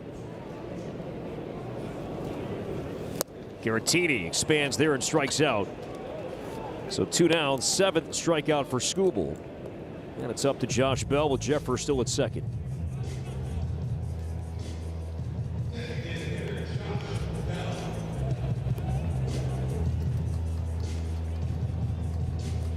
It's interesting to see how he goes after him. I'm not sure Skubal has the mindset to pitch around anyone with the lefty on deck. What does his first pitch look like? And that's kind of what I expected. He's going to challenge you. He's just, especially he's giving up 3. He's going, I'm not going to let one more batter go up there at that mindset that he can get anybody out. 0-2 now on Bell.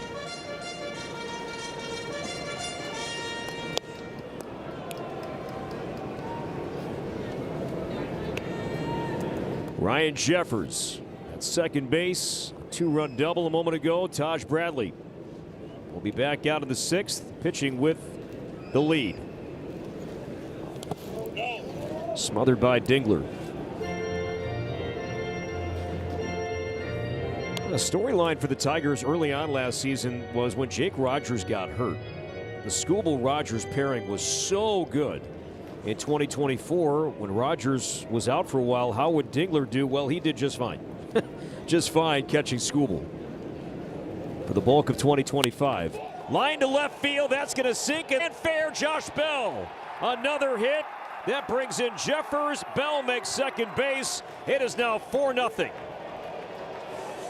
And it was just as simple as back-to-back walks, a couple of really good at-bats, setting the table for the middle of the order, and then coming up with the big hits. And Skubal hung a changeup here, ball just belt high. And Bell with 2 strikes, just making sure he moves that ball forward, puts it in play, drives in a run, and we'll get ourselves a new pitcher.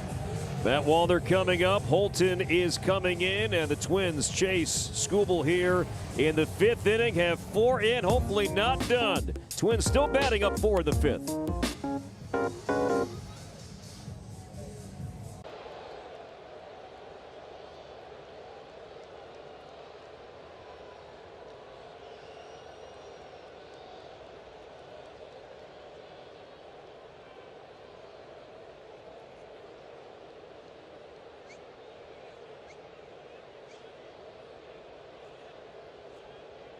Minnesota Twins. Twins chase Tarik Skubal from the game here in the 5th inning, 4 in. And Josh Bell at second base, and that'll bring in lefty Tyler Holton on for the first time in this series. Yeah, so the lefties, he is primarily sinker sweeper. We'll throw occasional 4-seam, but he's got a big mix of pitches, but the lefties only have to worry about a couple of them. Held lefties to a 186 batting average against last year. Sees a lefty now in Matt Wallner, who picked up a hit off lefty Tarik Skubal in the 4th inning. Matt 1 for 2 tonight.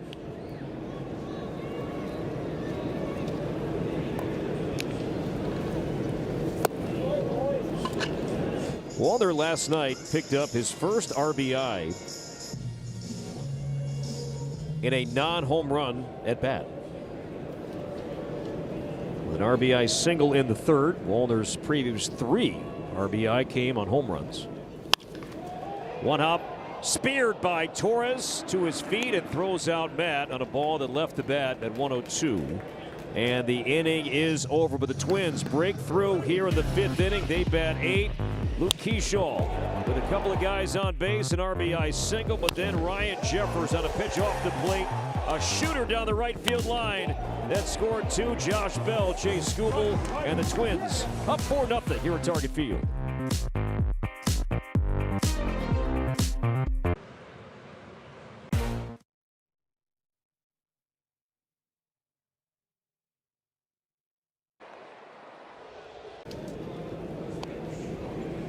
Twins 4, Tigers nothing, 6th inning.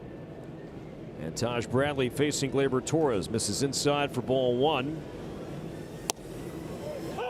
Saying 5 for a strike. It's going to be interesting to see how he reacts on a cold night. sitting over there for a long time. Big inning, pitching change, all that.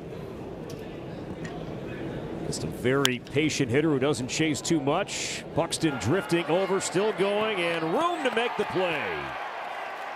And Taj Bradley, we've seen that reaction a couple of times tonight. Byron went left earlier against Green, now goes right against Torres here in the 6th. 66th percentile. It's your unreal defensive player of the game. It's so fun to watch from our vantage point, to just watch him he's got a gear that almost nobody else has in the game, and when he runs it down, it just looks so easy. He times it perfectly, never really ever has to leave his feet. It's a gift that we get to watch him play defense every game. 1 ball, 1 strike on Riley Green. 0 for 2 tonight. Buxton due up 3rd in the bottom of the inning. Still throwing hard. 97 from Bradley on pitch number 81.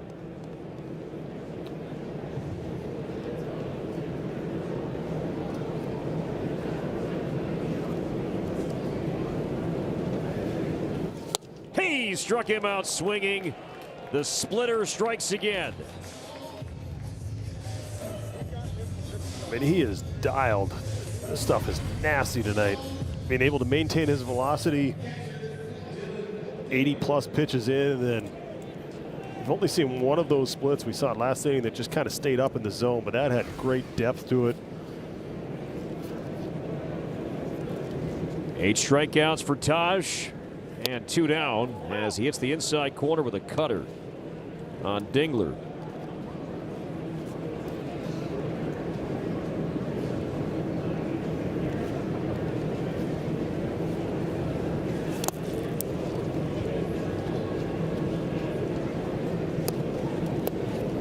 Both teams 4 and 6 entering play tonight. Twins only defeated the Tigers twice here at Target Field all of last year. Twins won last night 7-3, lead by 4 tonight. Oh. And Jeffers took that one. Knock on the door.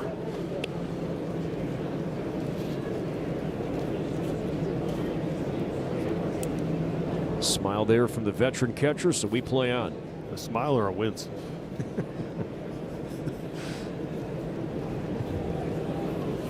And inside, and Dingler got hit. And 96 running in towards the hands. Hit by pitch. Manager Oh. Yep. So the bat sound was after it hit his hand. Oh, got the top of the bottom hand and the thumb on his right hand.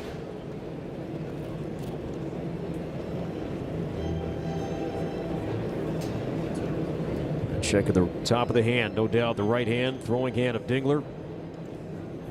I mean, that's the toughest guy on the field right there. That's your catcher.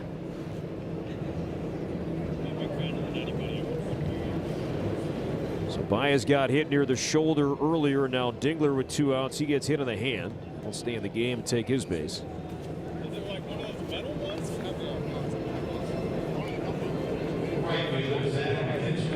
So here's Zach McKinstry.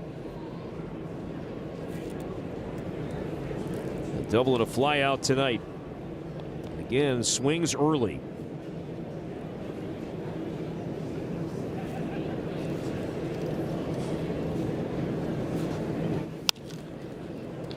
Slicing foul down the left field line. That ball will land out of play. McKinstry, an all-star last year, but also won a Silver Slugger Award for utility players. I like that the game is doing that. They acknowledge now utility for Gold Gloves and also with the bat. Yeah, the game values versatility so much. Guys moving around, you shouldn't be punished just because you can play multiple positions, like we saw Willie Castro do so well. Years ago, sure. 0-2. Those guys are just as valuable, or even maybe more valuable than some players on the team, being able to play 20 games here, 20 games there, and do it well. Dingler at first base. Bradley ahead of McKinstry. If you go back to, I would say, 2009, 2010, 11, that time period, if you were a utility player for the most part, maybe Ben Zobrist was the exception, your career was pretty much winding down. Not the case anymore. No, it's guys are expected to be able to do that when they get to the big leagues.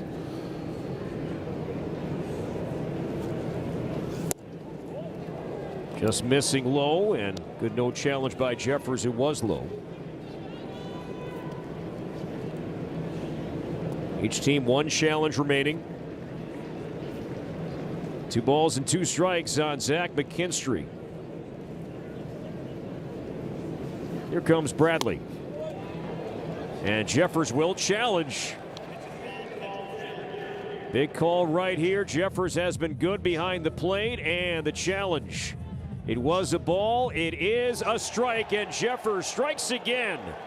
This time behind the plate. His bat did some damage in the 5th, and now Jeffers with the call behind the plate to end the inning.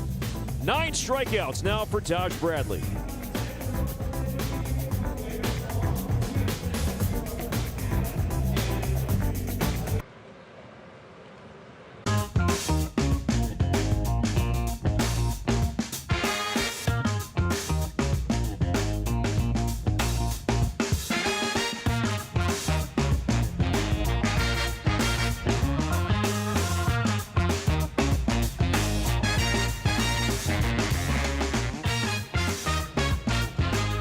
Bradley, 6 shutout, 9 strikeouts. And the Twins have a 4-0 lead. We'll have hitters 8, 9, and 1.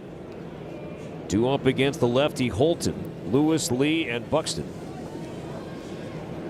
We'll see if Taj comes back out to begin the 7th. As Royce chops it foul. Royce has flied out twice, deep to left center and deep down the left field line.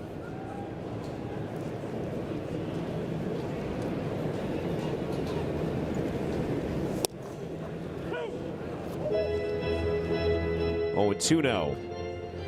That's not something you're looking for. That's the first time. Are you talking about Holton's haircut? The sweeper. Oh, no, the pitch mix. Okay. All right. It's the first one he's thrown all year. Have you seen my hair? I'm not saying anything about anybody's hair. Nor can I. Changing that, but for the time being, yeah. Well, we got a shave and we got a lot of action there in the back.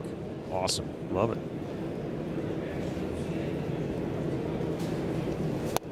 And Lewis strikes out. Good change up there from Holton. And Royce is 0 for 3, 1 down here in the Twins' 6th inning. Don't miss a pitch this season right here on Twins TV. Stream all the games throughout Twins territory without blackouts, live or on demand for the entire 2026 regular season. Subscribe right now at twins.tv.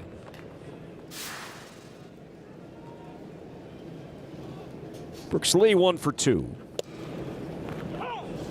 Good to see him back in there. Attempted that bunt his last time up, and show up to the ballpark. You see something you've never seen before. I have seen guys bunt and foul the ball off their face. I've never seen the bat come up and hit them in the face.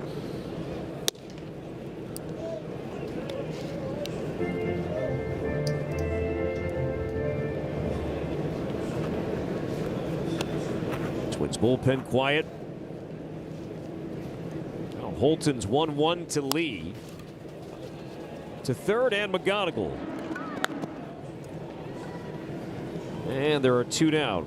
Let's take a look at our injury update delivered by Postman Law. Juan Soto is on the injured list with a right calf strain.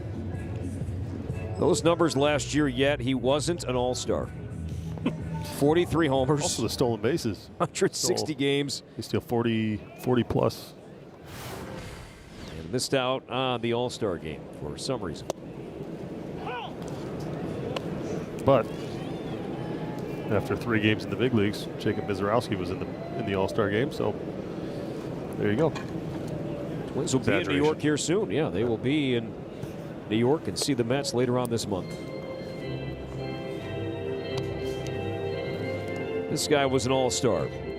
for the second time last year. Byron's been on twice.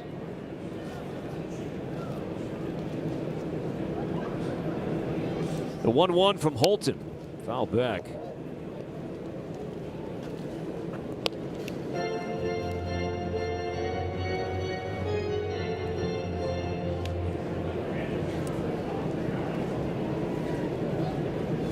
Bradley doing his best. Leo Mazzoni.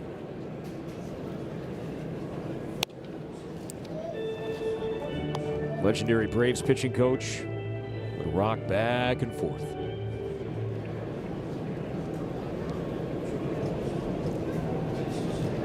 Two and two on Byron.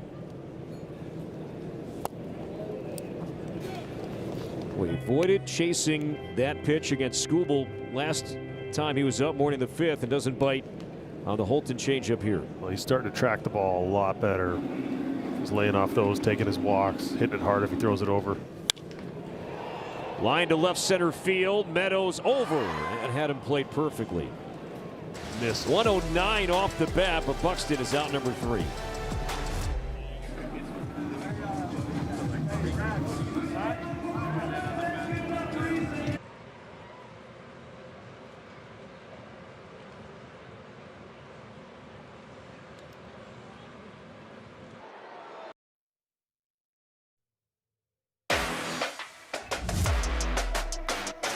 Taj Bradley to begin the 7th inning.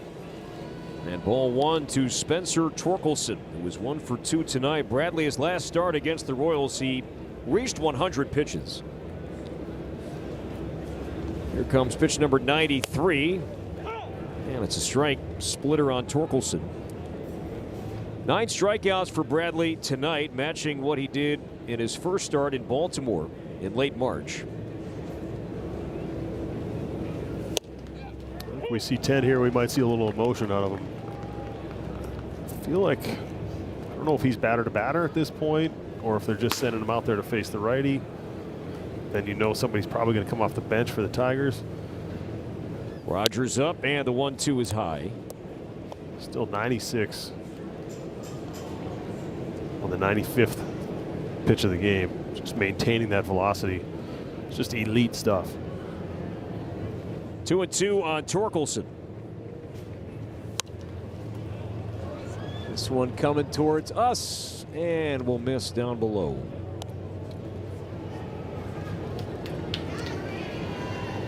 Broadcast associate Marty Morneau in the booth here tonight, responsible for any and all near foul balls that enter the Dick Bramer TV booth. That's right. Over a leaping Lee, and Torkelson has his second hit. Well, the Tigers have the leadoff man on for the first time tonight.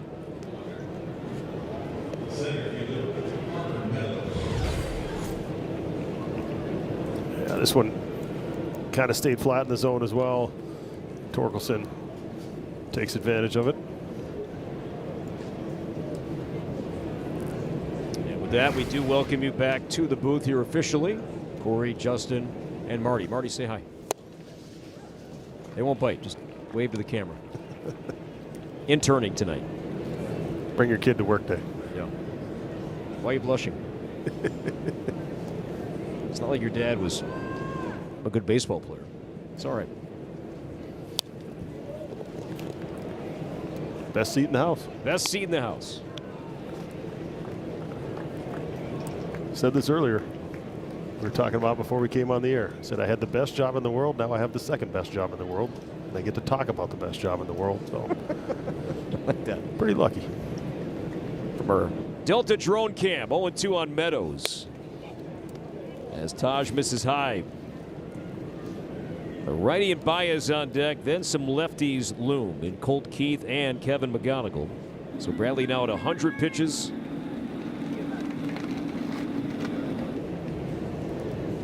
The 1-2 pitch to Meadows. To center field, and will bounce in front of Buxton. And the Tigers have 2 on here in the 7th inning. And we'll see if Shelty will stick with Bradley for one more man, or does he bring in Rogers now? I think he goes Shelty one more. is going to stay seated and give Taj one more guy. Well, I think a lot of times we focus just purely on the pitch count, but how did he get there? Has there been many high-stress innings? You mentioned it, first time the leadoff hitter's been on, so he hasn't dealt with traffic from the start of each one of these innings. And I think if he had a 32-pitch inning in there where the bases were loaded and he kind of had to grind his way through it, it might be a little different. But splitter at 90 against Baez, and he's thinking about making this a one-run game right now. He's not going to get cheated with these swings here, Morty. Yeah, see if they try and expand now. They got ahead in the count. Do they go with that cutter off the plate away here? 2 on, nobody out. Twins by 4, and it's 0-2 at 96. Or just a challenge fastball. Here it is. See if you can hit it. Well, Bradley had 2 strikes on Torkelson. He singled. Had 2 strikes on Meadows. He singled. 0-2 now on Baez. Let's see if Jeffers sets up in the left-handed batter's box. In that direction, even more. And he swings and misses on a cutter at 89, and a 10-strikeout night for Taj Bradley. And that will be, I think, the end of the night of a really, really good start. But I think this is what Baez had in mind on the previous pitch, that they were going to try and expand when he took that fastball and got into an 0-2 count. And then Taj made sure with 2 strikes that time he buried that one. And what an outing, matching one of the best in the game and out pitching him for a night. Tremendous stuff. A lot of smiles, handshakes, and hugs. Taj Bradley, outstanding. 7th career start with 10 strikeouts. 3 outstanding starts from Taj Bradley to begin 2026. Twins bullpen coming in. Job well done, Taj Bradley.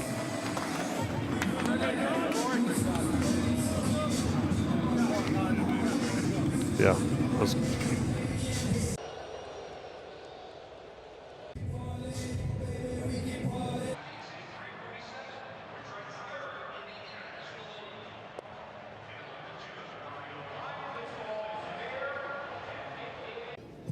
Taj Bradley, a 10-strikeout night, 6 1/3 innings, responsible for 2 base runners right now. No walks. Fantastic outing once again. 104 pitches, ties a career high. Taylor Rogers takes over. Colt Keith will not bat. Jahmai Jones will bat for Keith, a right-handed hitter, and has good numbers lifetime against lefties. OPS near 840 for Jones as Rogers takes over. Yeah, Rogers looking for get himself a ground ball right here. Talked about it a couple times. Added that cutter as another option to try and get right-handed hitters out. Rogers unavailable last night after going 3 of the last 4. Jones sends it to right field deep. Wallner drifting back with the play. On the warning track for the out, Torkelson tags and moves to 3rd. So Wallner tracked it down, and there are 2 down for the rookie McGonigal. Well, Raj more than anything just wants to come in, and after how well Taj pitched, to strand those runners out there. Got the first one, he's got to get the second one, and Taj on the top rail. Hoping for the same thing. But mentioned that McGonigal, the Tigers do not platoon him, that he bats against righties, he bats against lefties, and the numbers explain why. And he lines a base hit to left against Rogers, and that will bring in Torkelson. And the Tigers are on the board. It's a 4-1 game. A year ago in the minor leagues, McGonigal, in just 50 games against lefties, hit .321 with an OPS over 1,000. So that's why he hangs in there against lefties, and a 2-out single makes this a 3-run game. And you see it with an approach like that on the fastball, using the opposite part of the field.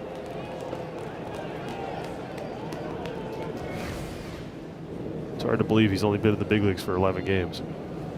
So now Gleyber Torres, as a breaking ball spins in from Rogers, 0-1. Torres is 1 for 3 tonight.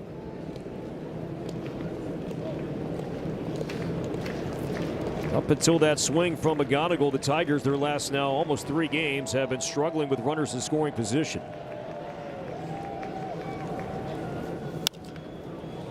Slicing foul, that ball will land in the seats.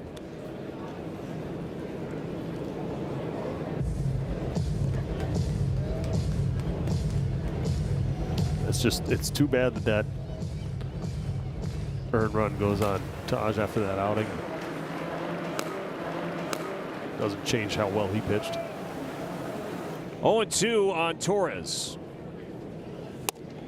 Yes. Check swing.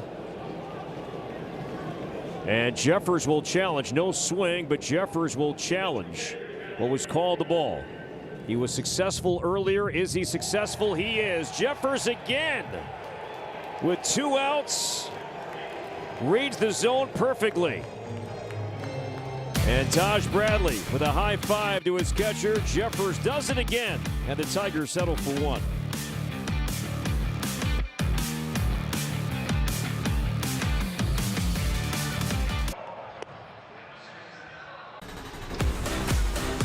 Well, this is a much hyped pitching matchup coming in here. Taj Bradley was on from the start. Able to use all his pitches. Split was really good. Fastball we saw sit right around 96, 97 miles an hour. That's our Toyota game summary. 7th career start with 10 or more strikeouts. He was fantastic. And we asked Pablo Lopez when we had him on in the 2nd inning, hey, when you have a guy in the other dugout, you know you're going against a guy as good as Skubal. How do you approach it? Well, Taj did exactly what he needed to do. He matched him and bettered him. Connor Seabold on to pitch. Austin Martin first pitch and grounds out to short.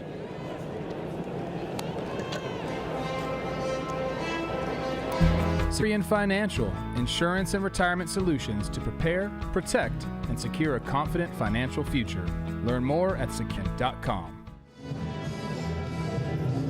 So 1 away for Luke Keeschall. Put the Twins on the board with a RBI single off Tarek Skubal in the 5th inning, and later scored on the 2-run double from Ryan Jeffers. There's a look at Seabold, signed by the Tigers towards the end of camp and made the 2nd opening day roster of his career.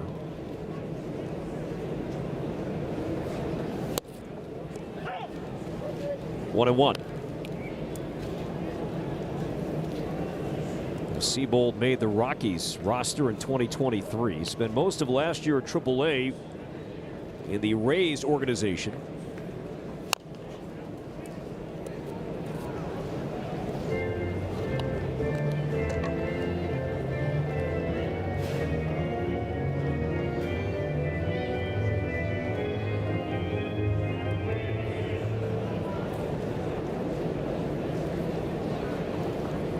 One and 2 on the Twins' second baseman.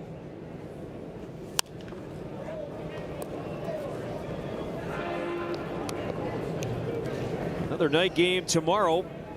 And then these two teams wrap up the series with a day game on Thursday.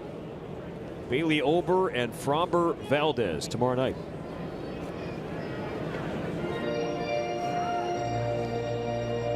Mick Abel and Jack Flaherty set to meet on Thursday.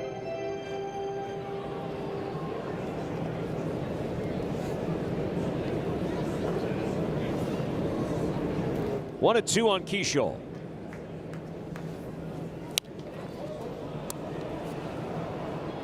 See, this is, even though he was making hard contact, he did get off to a little bit of a slow start, putting that in the rearview mirror in a hurry. But these types of at-bats where he's in battle mode, he's fighting off pitches, just making life miserable for the opposing team's pitcher. 6th pitch coming up to Keeschall. And he tracked that changeup well for ball 2. It's got pretty good run on it from that arm slot, a little lower arm angle. Kind of hides the ball. He's way closed on that third base side. Short arm a little bit. Hard hit to short. Played by Baez, and a close play, and Keeschall is retired. Not hit hard at all. Was fooled there off the crack of the bat. Not a routine, but Keeschall's speed made it close, and Baez made the play for out number 2. Yeah, cutter just down towards the end, and he's going hard down the line, and you make infielders aware of it, and then go, hey, this is a guy who gets down the line. You better be ready to go. Then sometimes you can entice some mistakes from the other team, maybe throw a ball away, rushing things. Ryan Jeffers has had a great all-around game tonight at the plate, but also behind the plate. 2 clutch inning-ending challenges. Successful challenges. And Jeffers has been very good with the ABS so far this year.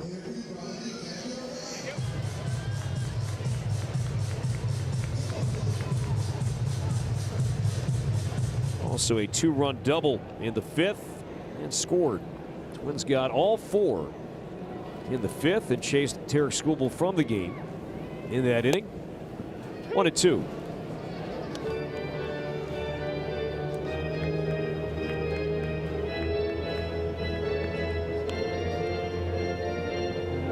Looks like Cole Sands will work at least a part of the 8th inning. Riley Green, though, the lefty due up. Maybe Rogers comes back out just to see Green. Lefty. Jeffers reaching and lofts it to shallow left. And speaking of Green, here he is. He'll make the play. And it's a 1-2-3 7th inning. So the Tigers are coming up in the 8th. And the Twins have a 4-1 lead. We'll see if Cole Sands is coming in now or if Rogers will get one more batter. With Riley Green, the lefty, set to lead things off here in a moment. And sure enough, Rogers will begin the inning. Taj Bradley, though, he was fantastic. He is standing by live right now with Audra Martin. Taj, another fantastic outing here tonight. What do you think was the key and the driving force behind this one tonight? I think just staying warm. It's my first time pitching in the cold in a minute, so I was kind of like wrapping my head around that. I feel like as long as I had some grip on the ball and stuff like that, and I had command of my pitches today. You know, my splitter was my best one today, and I threw it with conviction, and I got some good swing and misses on it. Got a ground ball out of it. Added 10 behind the heater and stuff like that. Had defense behind me, Buck striking down balls in the gaps. You know, stuff like that calls for a good outing. And you had a couple runners on, and Derek Shelton lets you continue to fight, and you get the big strikeout. What does that trust from your skipper mean to you? I mean, it means a lot, man. Like, I'm out there, I'm never having to look in the dugout to see if I'm coming out of the game and stuff like that, so it's always a surprise. But I just love knowing that I came out to 6. I think my pitch count was a little high for to stay on par and stuff like that, but he let me go out there. You know, something like 2 hits and a strikeout and stuff like that, but I feel like he was letting me go out there to get the whole 3. You're squaring off against a 2-time Cy Young winner. Did you have a little extra energy, pep in your step, determination tonight when you're squaring off against Skubal? Nah, man. I'm out there playing with my teammates. That's what gives me the energy I need, you know, stuff like that. You know, pitching matchups are always cool. You know, you got to keep the runs down and stuff like that to give your team a chance to win and come in clutch with the 4 runs and that inning like that. But, yeah, I just enjoy having fun with my teammates and stuff like that, laughing on the field. Yeah. It was obvious that you and Ryan Jeffers were on the same page, start to finish. How nice is it to have him behind the plate, especially when he makes some of those clutch challenges? Because one of them got you out of a jam as well. Yeah, that's huge. I mean, he's like, I don't know what his average is on the overturning the call and stuff like that, but it's got to be high. You know, he's saving pitches on my end, and he's giving me strikeouts at the same time and giving me a head and counts and stuff. Like, he's using it real versatile, not just 2 strikes, but early in the count, too. I just think he has, like, a Hawkeye. Well said, and again, great job tonight. We really appreciate you joining us. I appreciate you. Back to you guys. Audra, thanks, and we thank Taj for that live conversation right after his start tonight. And some good insight there from Bradley. Striking out 10, 6 1/3 innings, 1 run, no walks. Twins lead by 3. Rogers stays in to see Green and misses outside 1-1. Ryan Jeffers now is challenged just with his catching alone. He's challenged 12 pitches this season, and he's been correct 8 times. I believe the overturn rate so far this year, 54%. Catchers are higher than hitters, right? You know, catchers, they came in entering the series. I didn't see the numbers today, were around 58, 59%. Okay, so higher than, for catchers. For catchers only, you're right. Yeah, the only one, as it was put, the only one who's in a still position when the ball's being thrown. The batter's moving, he's stepping towards the pitcher, pitcher's moving. Catcher's the only one really there just with the best view. And I think also over the last few years with the pitch framing and catchers well aware of their numbers and where they need to get better, where they need to improve. So them getting a printout after pretty much every game, see how they did. Riley Green strikes out on the sweeper from Rogers. So Green 0 for 4, 3 strikeouts for a guy that led the American League in strikeouts a year ago. So Rogers 2 strikeouts, and here comes Shelty. Really well executed pitch. That ball starts at your front hip and ends up off the outside corner. He's always had that weapon. So Rogers came back out to see Green, retired him, and now Cole Sands is coming in next with Dingler due up. Twins by 3 in the 8th.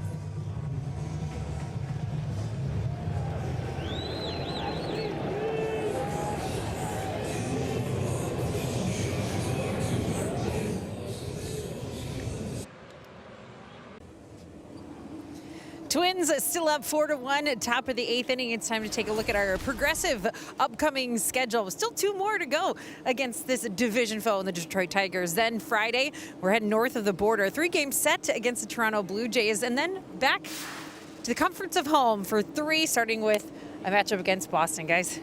Audra, thank you. It looks like the Twins also will see some more lefties on the mound in the upcoming Blue Jays series. Right now, though, we focus in on Cole Sands facing Dylan Dingler.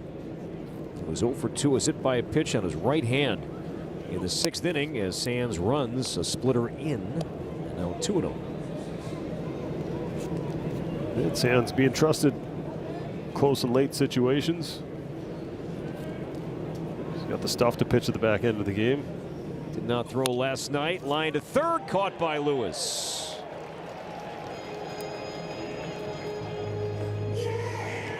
2 down.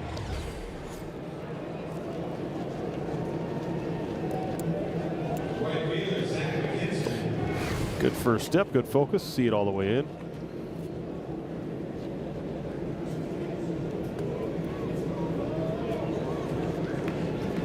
From our progressive wire cam, McKinstry takes high for a ball.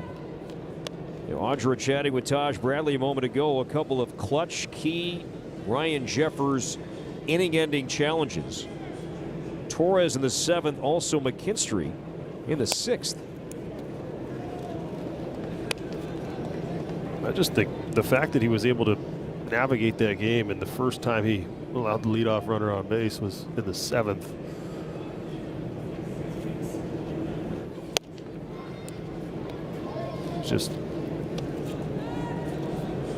It's amazing when people from the outside look and you go, see, we knew he could do that. But to get the guy to believe it, or to get the guy to see it, or to go out there and dominate the way he did, you know, you feel like he's just continuing to take those steps and continuing to get better. And that's front of the rotation stuff. 3-1 to McKinstry, and that's ball 4. So up by 3 with 2 outs. Sands walks McKinstry. And here comes Torkelson, who has 2 hits here tonight.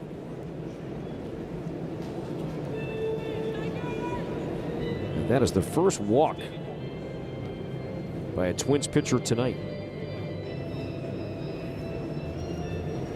Pete Mackey. I haven't seen him much tonight. That's a good thing.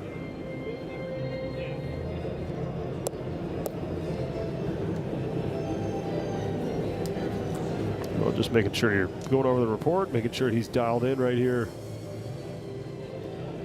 A little breather. Love to end this inning right here. It's Eric Orsi starting to loosen up in the bullpen. Torkelson early on, striking out more, walking more. Hasn't been as aggressive early in the count, at least so far as he was last year.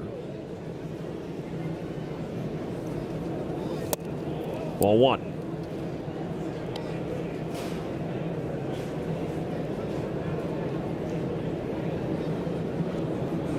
Tigers have had base runners each of the last 4 innings.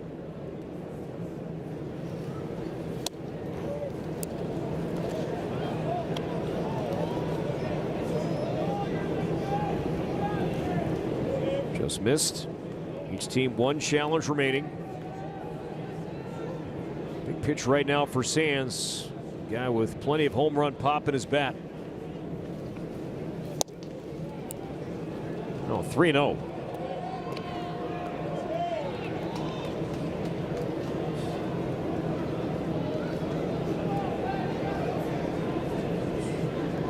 Parker Meadows on deck. Down 3 runs. I don't think he has the green light. And Sands just walked him on 4 straight. And now the tying run is coming up in Meadows, who's 1 for 3 tonight.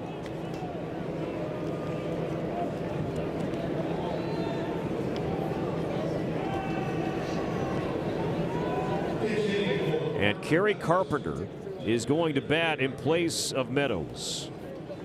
Carpenter unavailable last night due to a stomach bug, and said before the game thought he could play if needed late, and sure enough, here he is. And here's a guy that has been a tough out for forever. Morty against the Twins. Yeah, 4th highest average all-time, minimum 100 at-bats. Look at those numbers. 33 games, 8 home runs, OPS over 1,000. What's up, Gary? Welcome to the game. As Jeffers welcomes him to the game. Messing with a little bit. And Schulte is going to make a move. So Schulte is going to bring in Eric Orsi, as Sands did face the required 3 batters. So Orsi will come in to face Carpenter when we come back.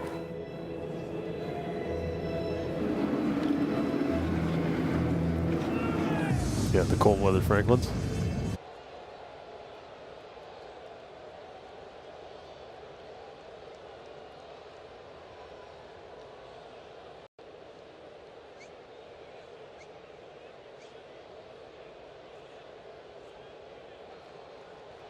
Magnificent morning. Let's go back and revisit our Toyota keys to the game. Yeah, pitch your game. I mentioned it as we were going along here. You're matched up against a 2-time Cy Young Award winner, but you got to control what you can control, and he definitely did that. The split was really good. Fastball was in control. 10 strikeouts, no walks. He did his part. Now you're looking for the bullpen to get some big outs here, especially in a guy against Carpenter. He's got plenty of power, or he's got that split. It's his pitch that he throws most often. He's able to generate swings and miss with it. This is Kerry Carpenter's first pinch hit appearance of the season. He's the tying run. 2 on, 2 out. Twins by 3 in the 8th. Ball 1. Orsi, the 3rd Twins pitcher this inning. Rogers retired Green. Sands came in, retired Dingler, but back-to-back walks to McKinstry and Torkelson. And now Orsi facing Carpenter. Pulled foul. And see, if you're up there, you see the numbers, you're well aware of it when you go up there to pinch hit, of how often he throws that split. And you kind of threw him that first pitch fastball, and if you're in the box, you're saying, if you're sitting split, you're saying that's just for show. Stay on. Go up there, stay with your plan. See if he throws him another one here.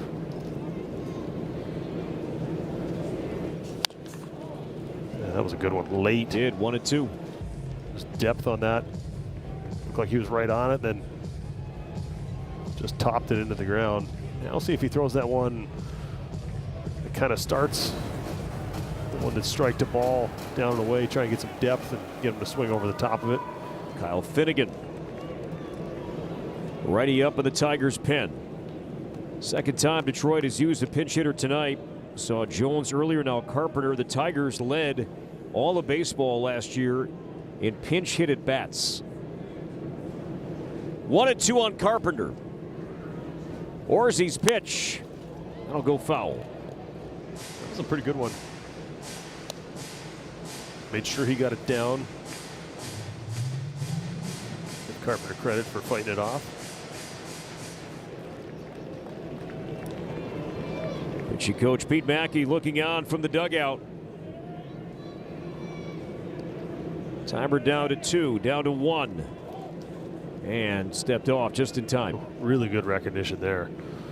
There's a lot of things to think about when you're on that mound, but being able to pay attention and step off right in time, not throw another ball in this count. Once again, Orsi. The 1-2. He struck him out swinging. The splitter strikes again. Boy, some key inning-ending strikeouts from the Twins pitching staff here tonight. The latest comes from Eric Orsi, retiring Carpenter.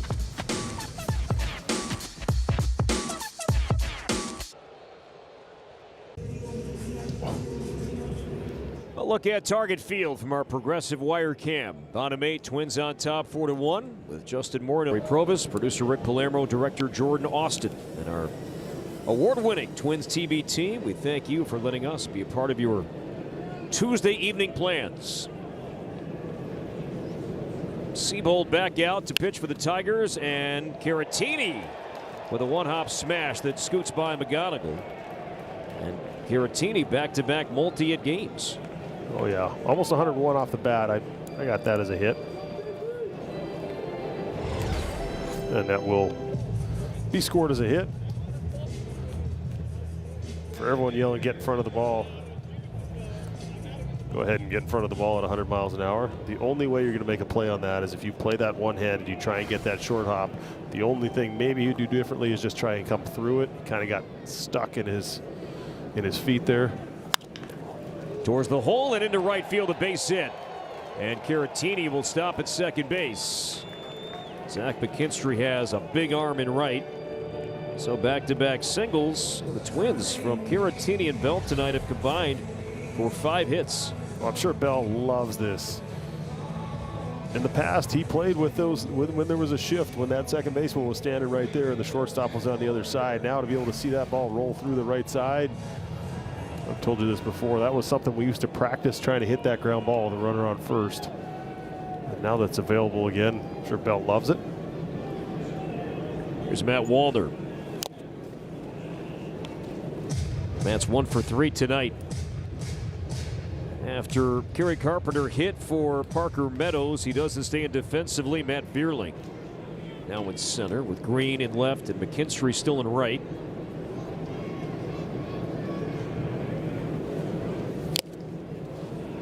Oh, and 2 on Wallner.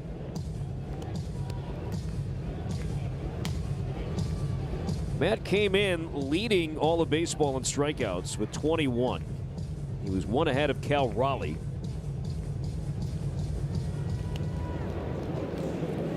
Wallner struck out in the second, singled in the fourth, and bounced out in the fifth. And the 0-2 from Seabold. And we'll do it again. Wallner's been in there every day. He has been the one true left-handed hitter that Schulte has consistently put in the lineup when the Twins have seen this array of left-handed starters.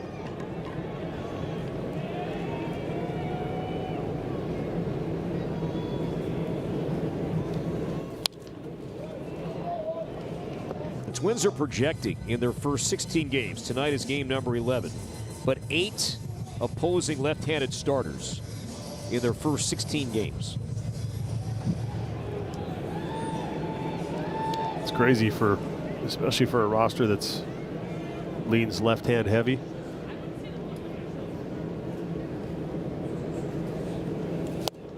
And Wallner on the changeup strikes out. First strikeout for Seabold.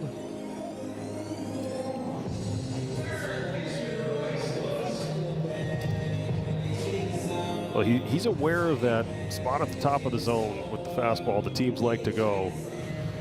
And if you're conscious of that, you'll see guys spin out on changeups kind of like he did there, where you're trying to be quick, you're trying to get on top. You know that's a spot where you're vulnerable and they've been pitching you. And you get started just a little bit early.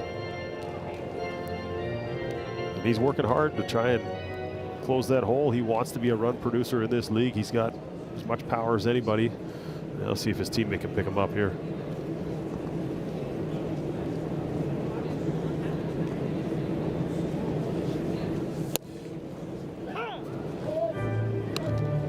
One and one. Justin Topa with the Troy Hawkins in his ear. Getting ready in the bullpen right now. It would be a safe situation. Twins broke it open a bit more in the 8th inning last night. Can they do it again tonight? Buckled on Royce. Did drift inside, ball 2. Troy Hawkins out there was interested and heard him on the radio yesterday talking about how he needs to know each guy, what each guy wants to know when they're coming in the game, all those things. Lean heavy on his experience out there.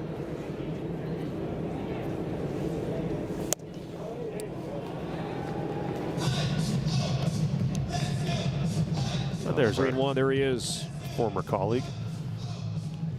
Parts of almost 22 years in the big leagues, more than 1,000 games. In fact, he has the number embroidered on many of his dress shirts. 1,042 major league games for the Troy Hawkins.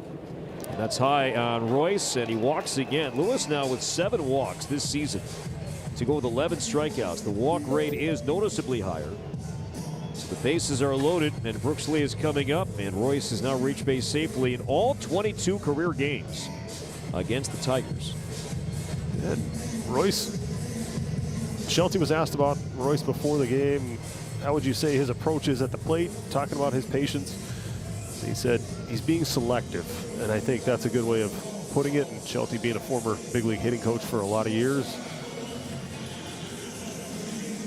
recognizes what he sees in front of him, understands the process of what a hitter's going through, the approach and all the other things. And it's good to see Royce not getting outside of himself, because if you get caught up in batting average or other numbers like that, it can have an impact on you. Sometimes you try and make up for lost time, but he's doing a great job of just staying within himself and passing the baton to the next guy. We'll see if Brooks Lee can pick him up here and make things a little easier for those guys down there in the bullpen. This is the Twins' major league leading 25th at bat with the bases loaded this season. And Brooks Lee steps in. The Twins as a team with the bases loaded, so far they're hitting right around 250.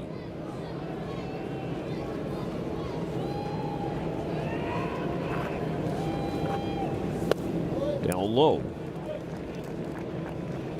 Astros with 19 at bats, Mets with 18, then a group of teams with 17. But yeah, the Twins far and away have had the most at bats so far this young season with the bases loaded.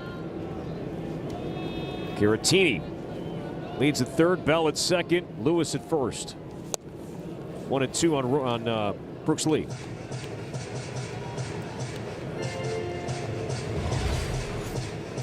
Start him off, first pitch of the at-bat, changeup, and then this one called a cutter. It's got some depth to it.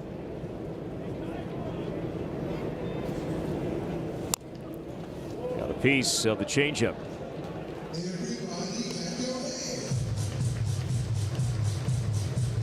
Buxton on deck.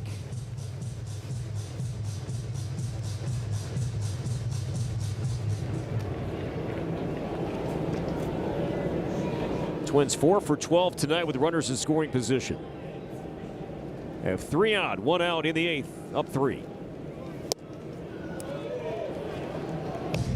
I was asking Brooks Lee about ABS at the very end of camp, even during that opening series in Baltimore, and he feels very good about the outside corner. If there was one part of the zone that he feels, okay, I know the zone where it is, the outside corner is the spot.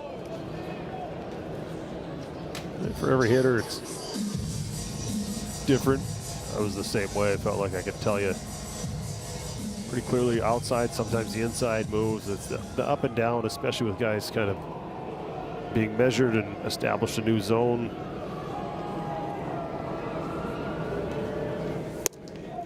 Strike 3 called. And that did catch the zone, so Lee strikes out looking. And a key out there for Seabold. So now it's up to Buxton with 2 down, and the base is still loaded. Yeah, the first fastball, he saw the entire at-bat. It froze him after he chased that slider down below the zone. By telling yourself to get the ball up and see if Buck can pick him up here. Ball 1 inside. Now with Buxton batting leadoff instead of hitting second. And this is what presents itself, that last at bat as the lineup turns over. Look who gets a 5th plate appearance.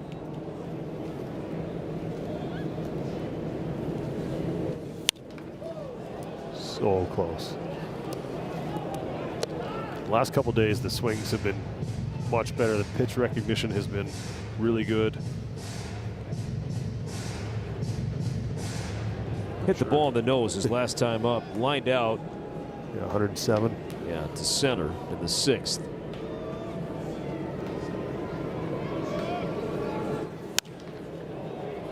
Lofted right side, and Torkelson over. He'll have a play. And the inning is over. Twins were hoping to add on. They cannot do it. Lead 3 in a save situation coming up. We'll see if Orsi's coming back out.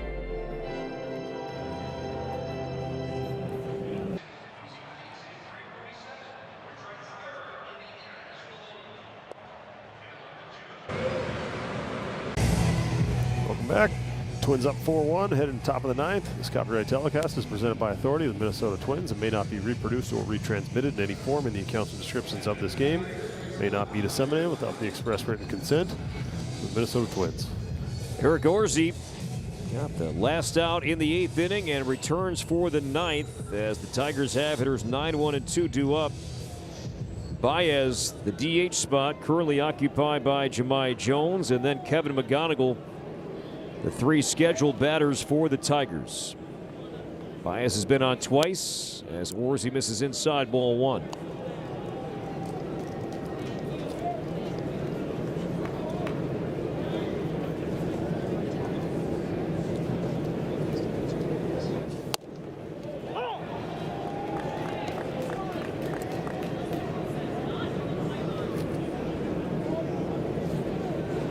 One and 1 on Javier Baez.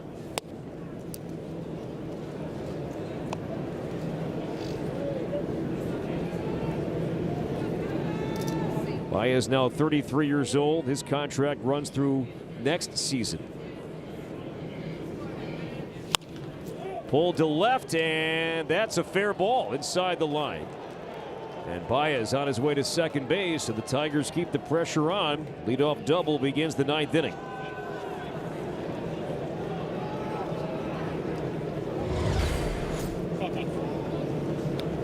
Well, you go back to that last half inning for the Twins, bases loaded, unable to produce those add-on runs, and kind of leave the door just cracked a little bit open for this Tigers team. First double this season for Baez, and now the second at bat for Jones. He flied out to right, pinch hitting for Colt Keith in the 7th.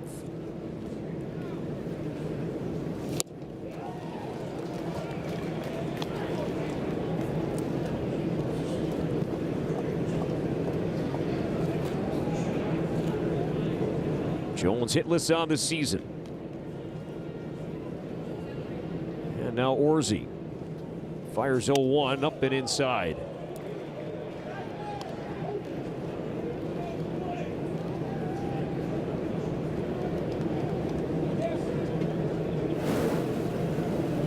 Topa still throwing in the bullpen.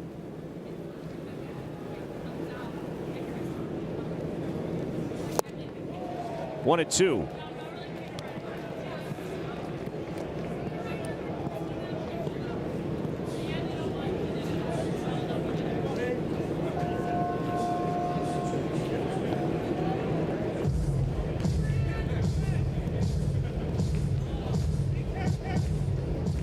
Baez a leadoff double. As Orsi go back to the split ahead of Jones 1-2. I'll go foul. He did. They kind of got away with that one. Lucky it had a little run to it, left up in the zone.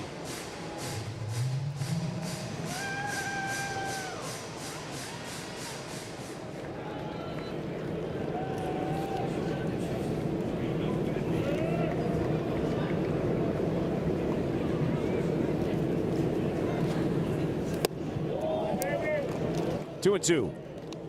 But good adjustment in a 1-2 count. Left the last one up. Make sure you get the next one below the zone.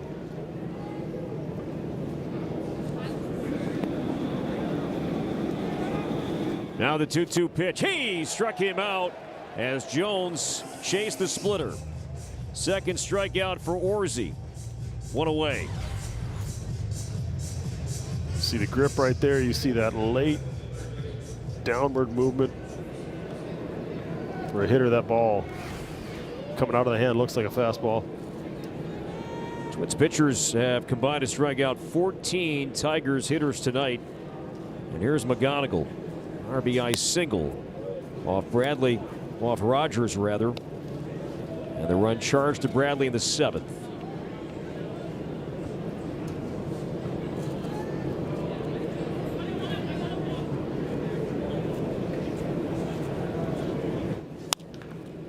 That'll be a foul ball down the line.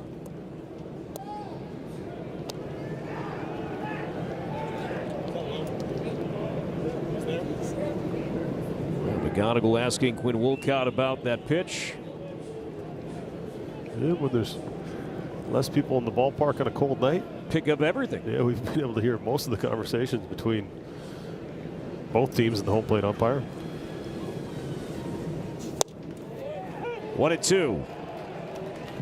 So your mind's thinking splitter, and then 91. Yeah, you're telling yourself, see it up, see it up, see it up, and then you throw that fastball right at the bottom part of the zone. Now you can go split off of that and see if you can get a chase. Line to right, and that's a fair ball. Into the corner, and that'll bring in Baez as McGonigal will stop at second base, and the lead is trimmed to 2. So McGonigal back-to-back run-producing hits, and it's now 4-2 as the Tigers have the tying run coming up. That kid can hit. It's a really good pitch. He just went down and got it. He made the adjustment from the one he pulled foul. We heard him ask, is that there? Maybe he was anticipating that one, but that will be the end of Orsi's night. And he kept it fair, so Orsi will depart. Justin Topa is coming in, and Gleyber Torres is coming up to bat. So it is a 2-run game. Justin Topa to the mound when we return to Target Field.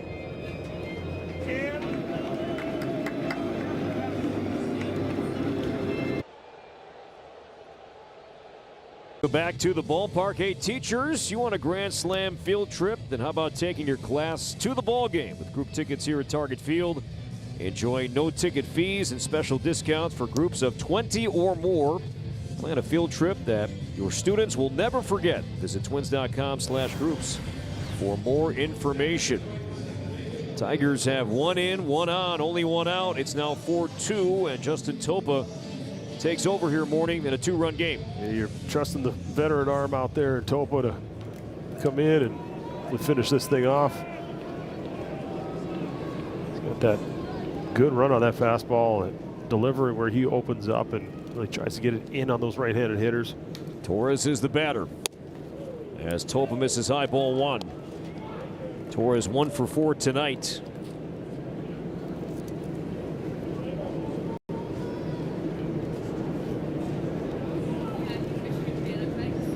McGonigal at second. Not close.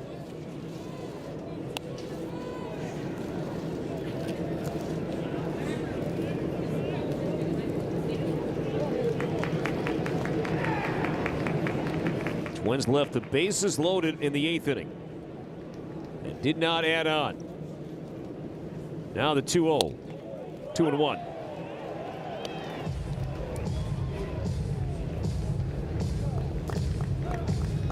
Orsi began the inning, allowed 2 doubles and a run, did strike out Jones. McGonigal at second. Hard hit right side, Keyshaw picks it and throws out Torres. McGonigal to third, but 2 down. Nice play here by Keyshaw. This ball almost got him. You see a little smile at the end. Kind of stayed down. He got it right in the end of his glove. Nice play. So Pete Mackey out for a visit. Riley Green coming up 0 for 4 tonight.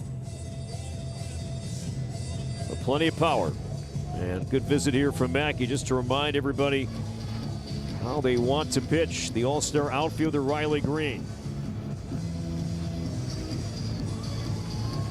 He does have swing and miss in his game, but he also has power. So you just want to make sure you're on the same page. Everybody knows where you're going. Still have 2 mound visits remaining, so may as well go out there and slow him down, set the pace, give him a little breath, and then get that 3rd out. Now Topa, ground ball pitcher, and Riley Green this year with a high ground ball rate.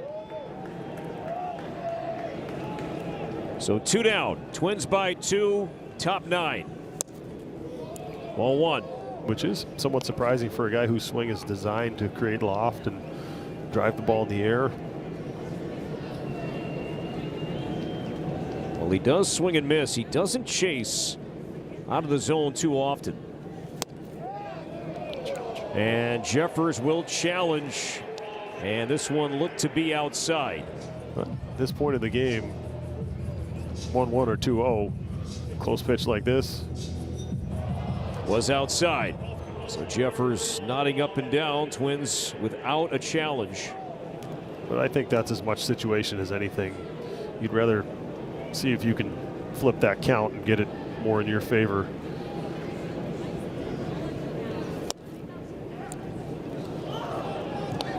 Now 3-0.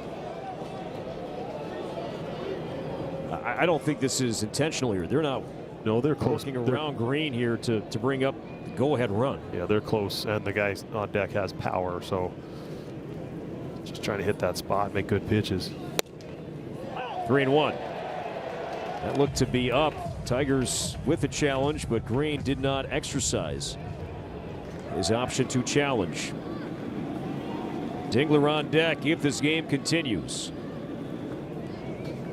As Topa fires 3-1, strike 2. So Green hasn't swung the bat yet. And now Topa is a strike away.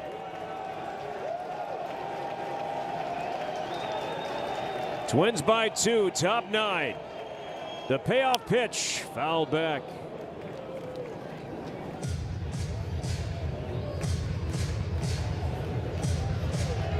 I love how the Twins fans that are here on a night where it's down to 37 degrees, everybody on their feet.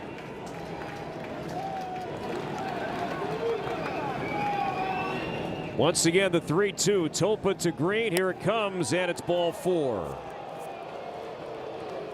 Tying run is on. Go-ahead run to the plate, and Dylan Dingler, who's 0 for 3.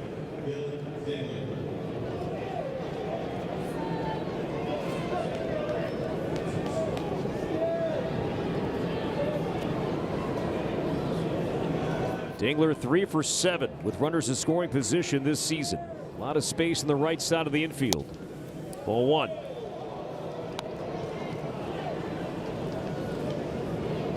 Now Jeffers out here, Morny, and this has to do with Green, right? What the Twins are going to do here? Yep, if he takes off where they throw in, the runner on third means nothing with a 2-run lead. You're trying to keep that guy on first base, Green, out of scoring position.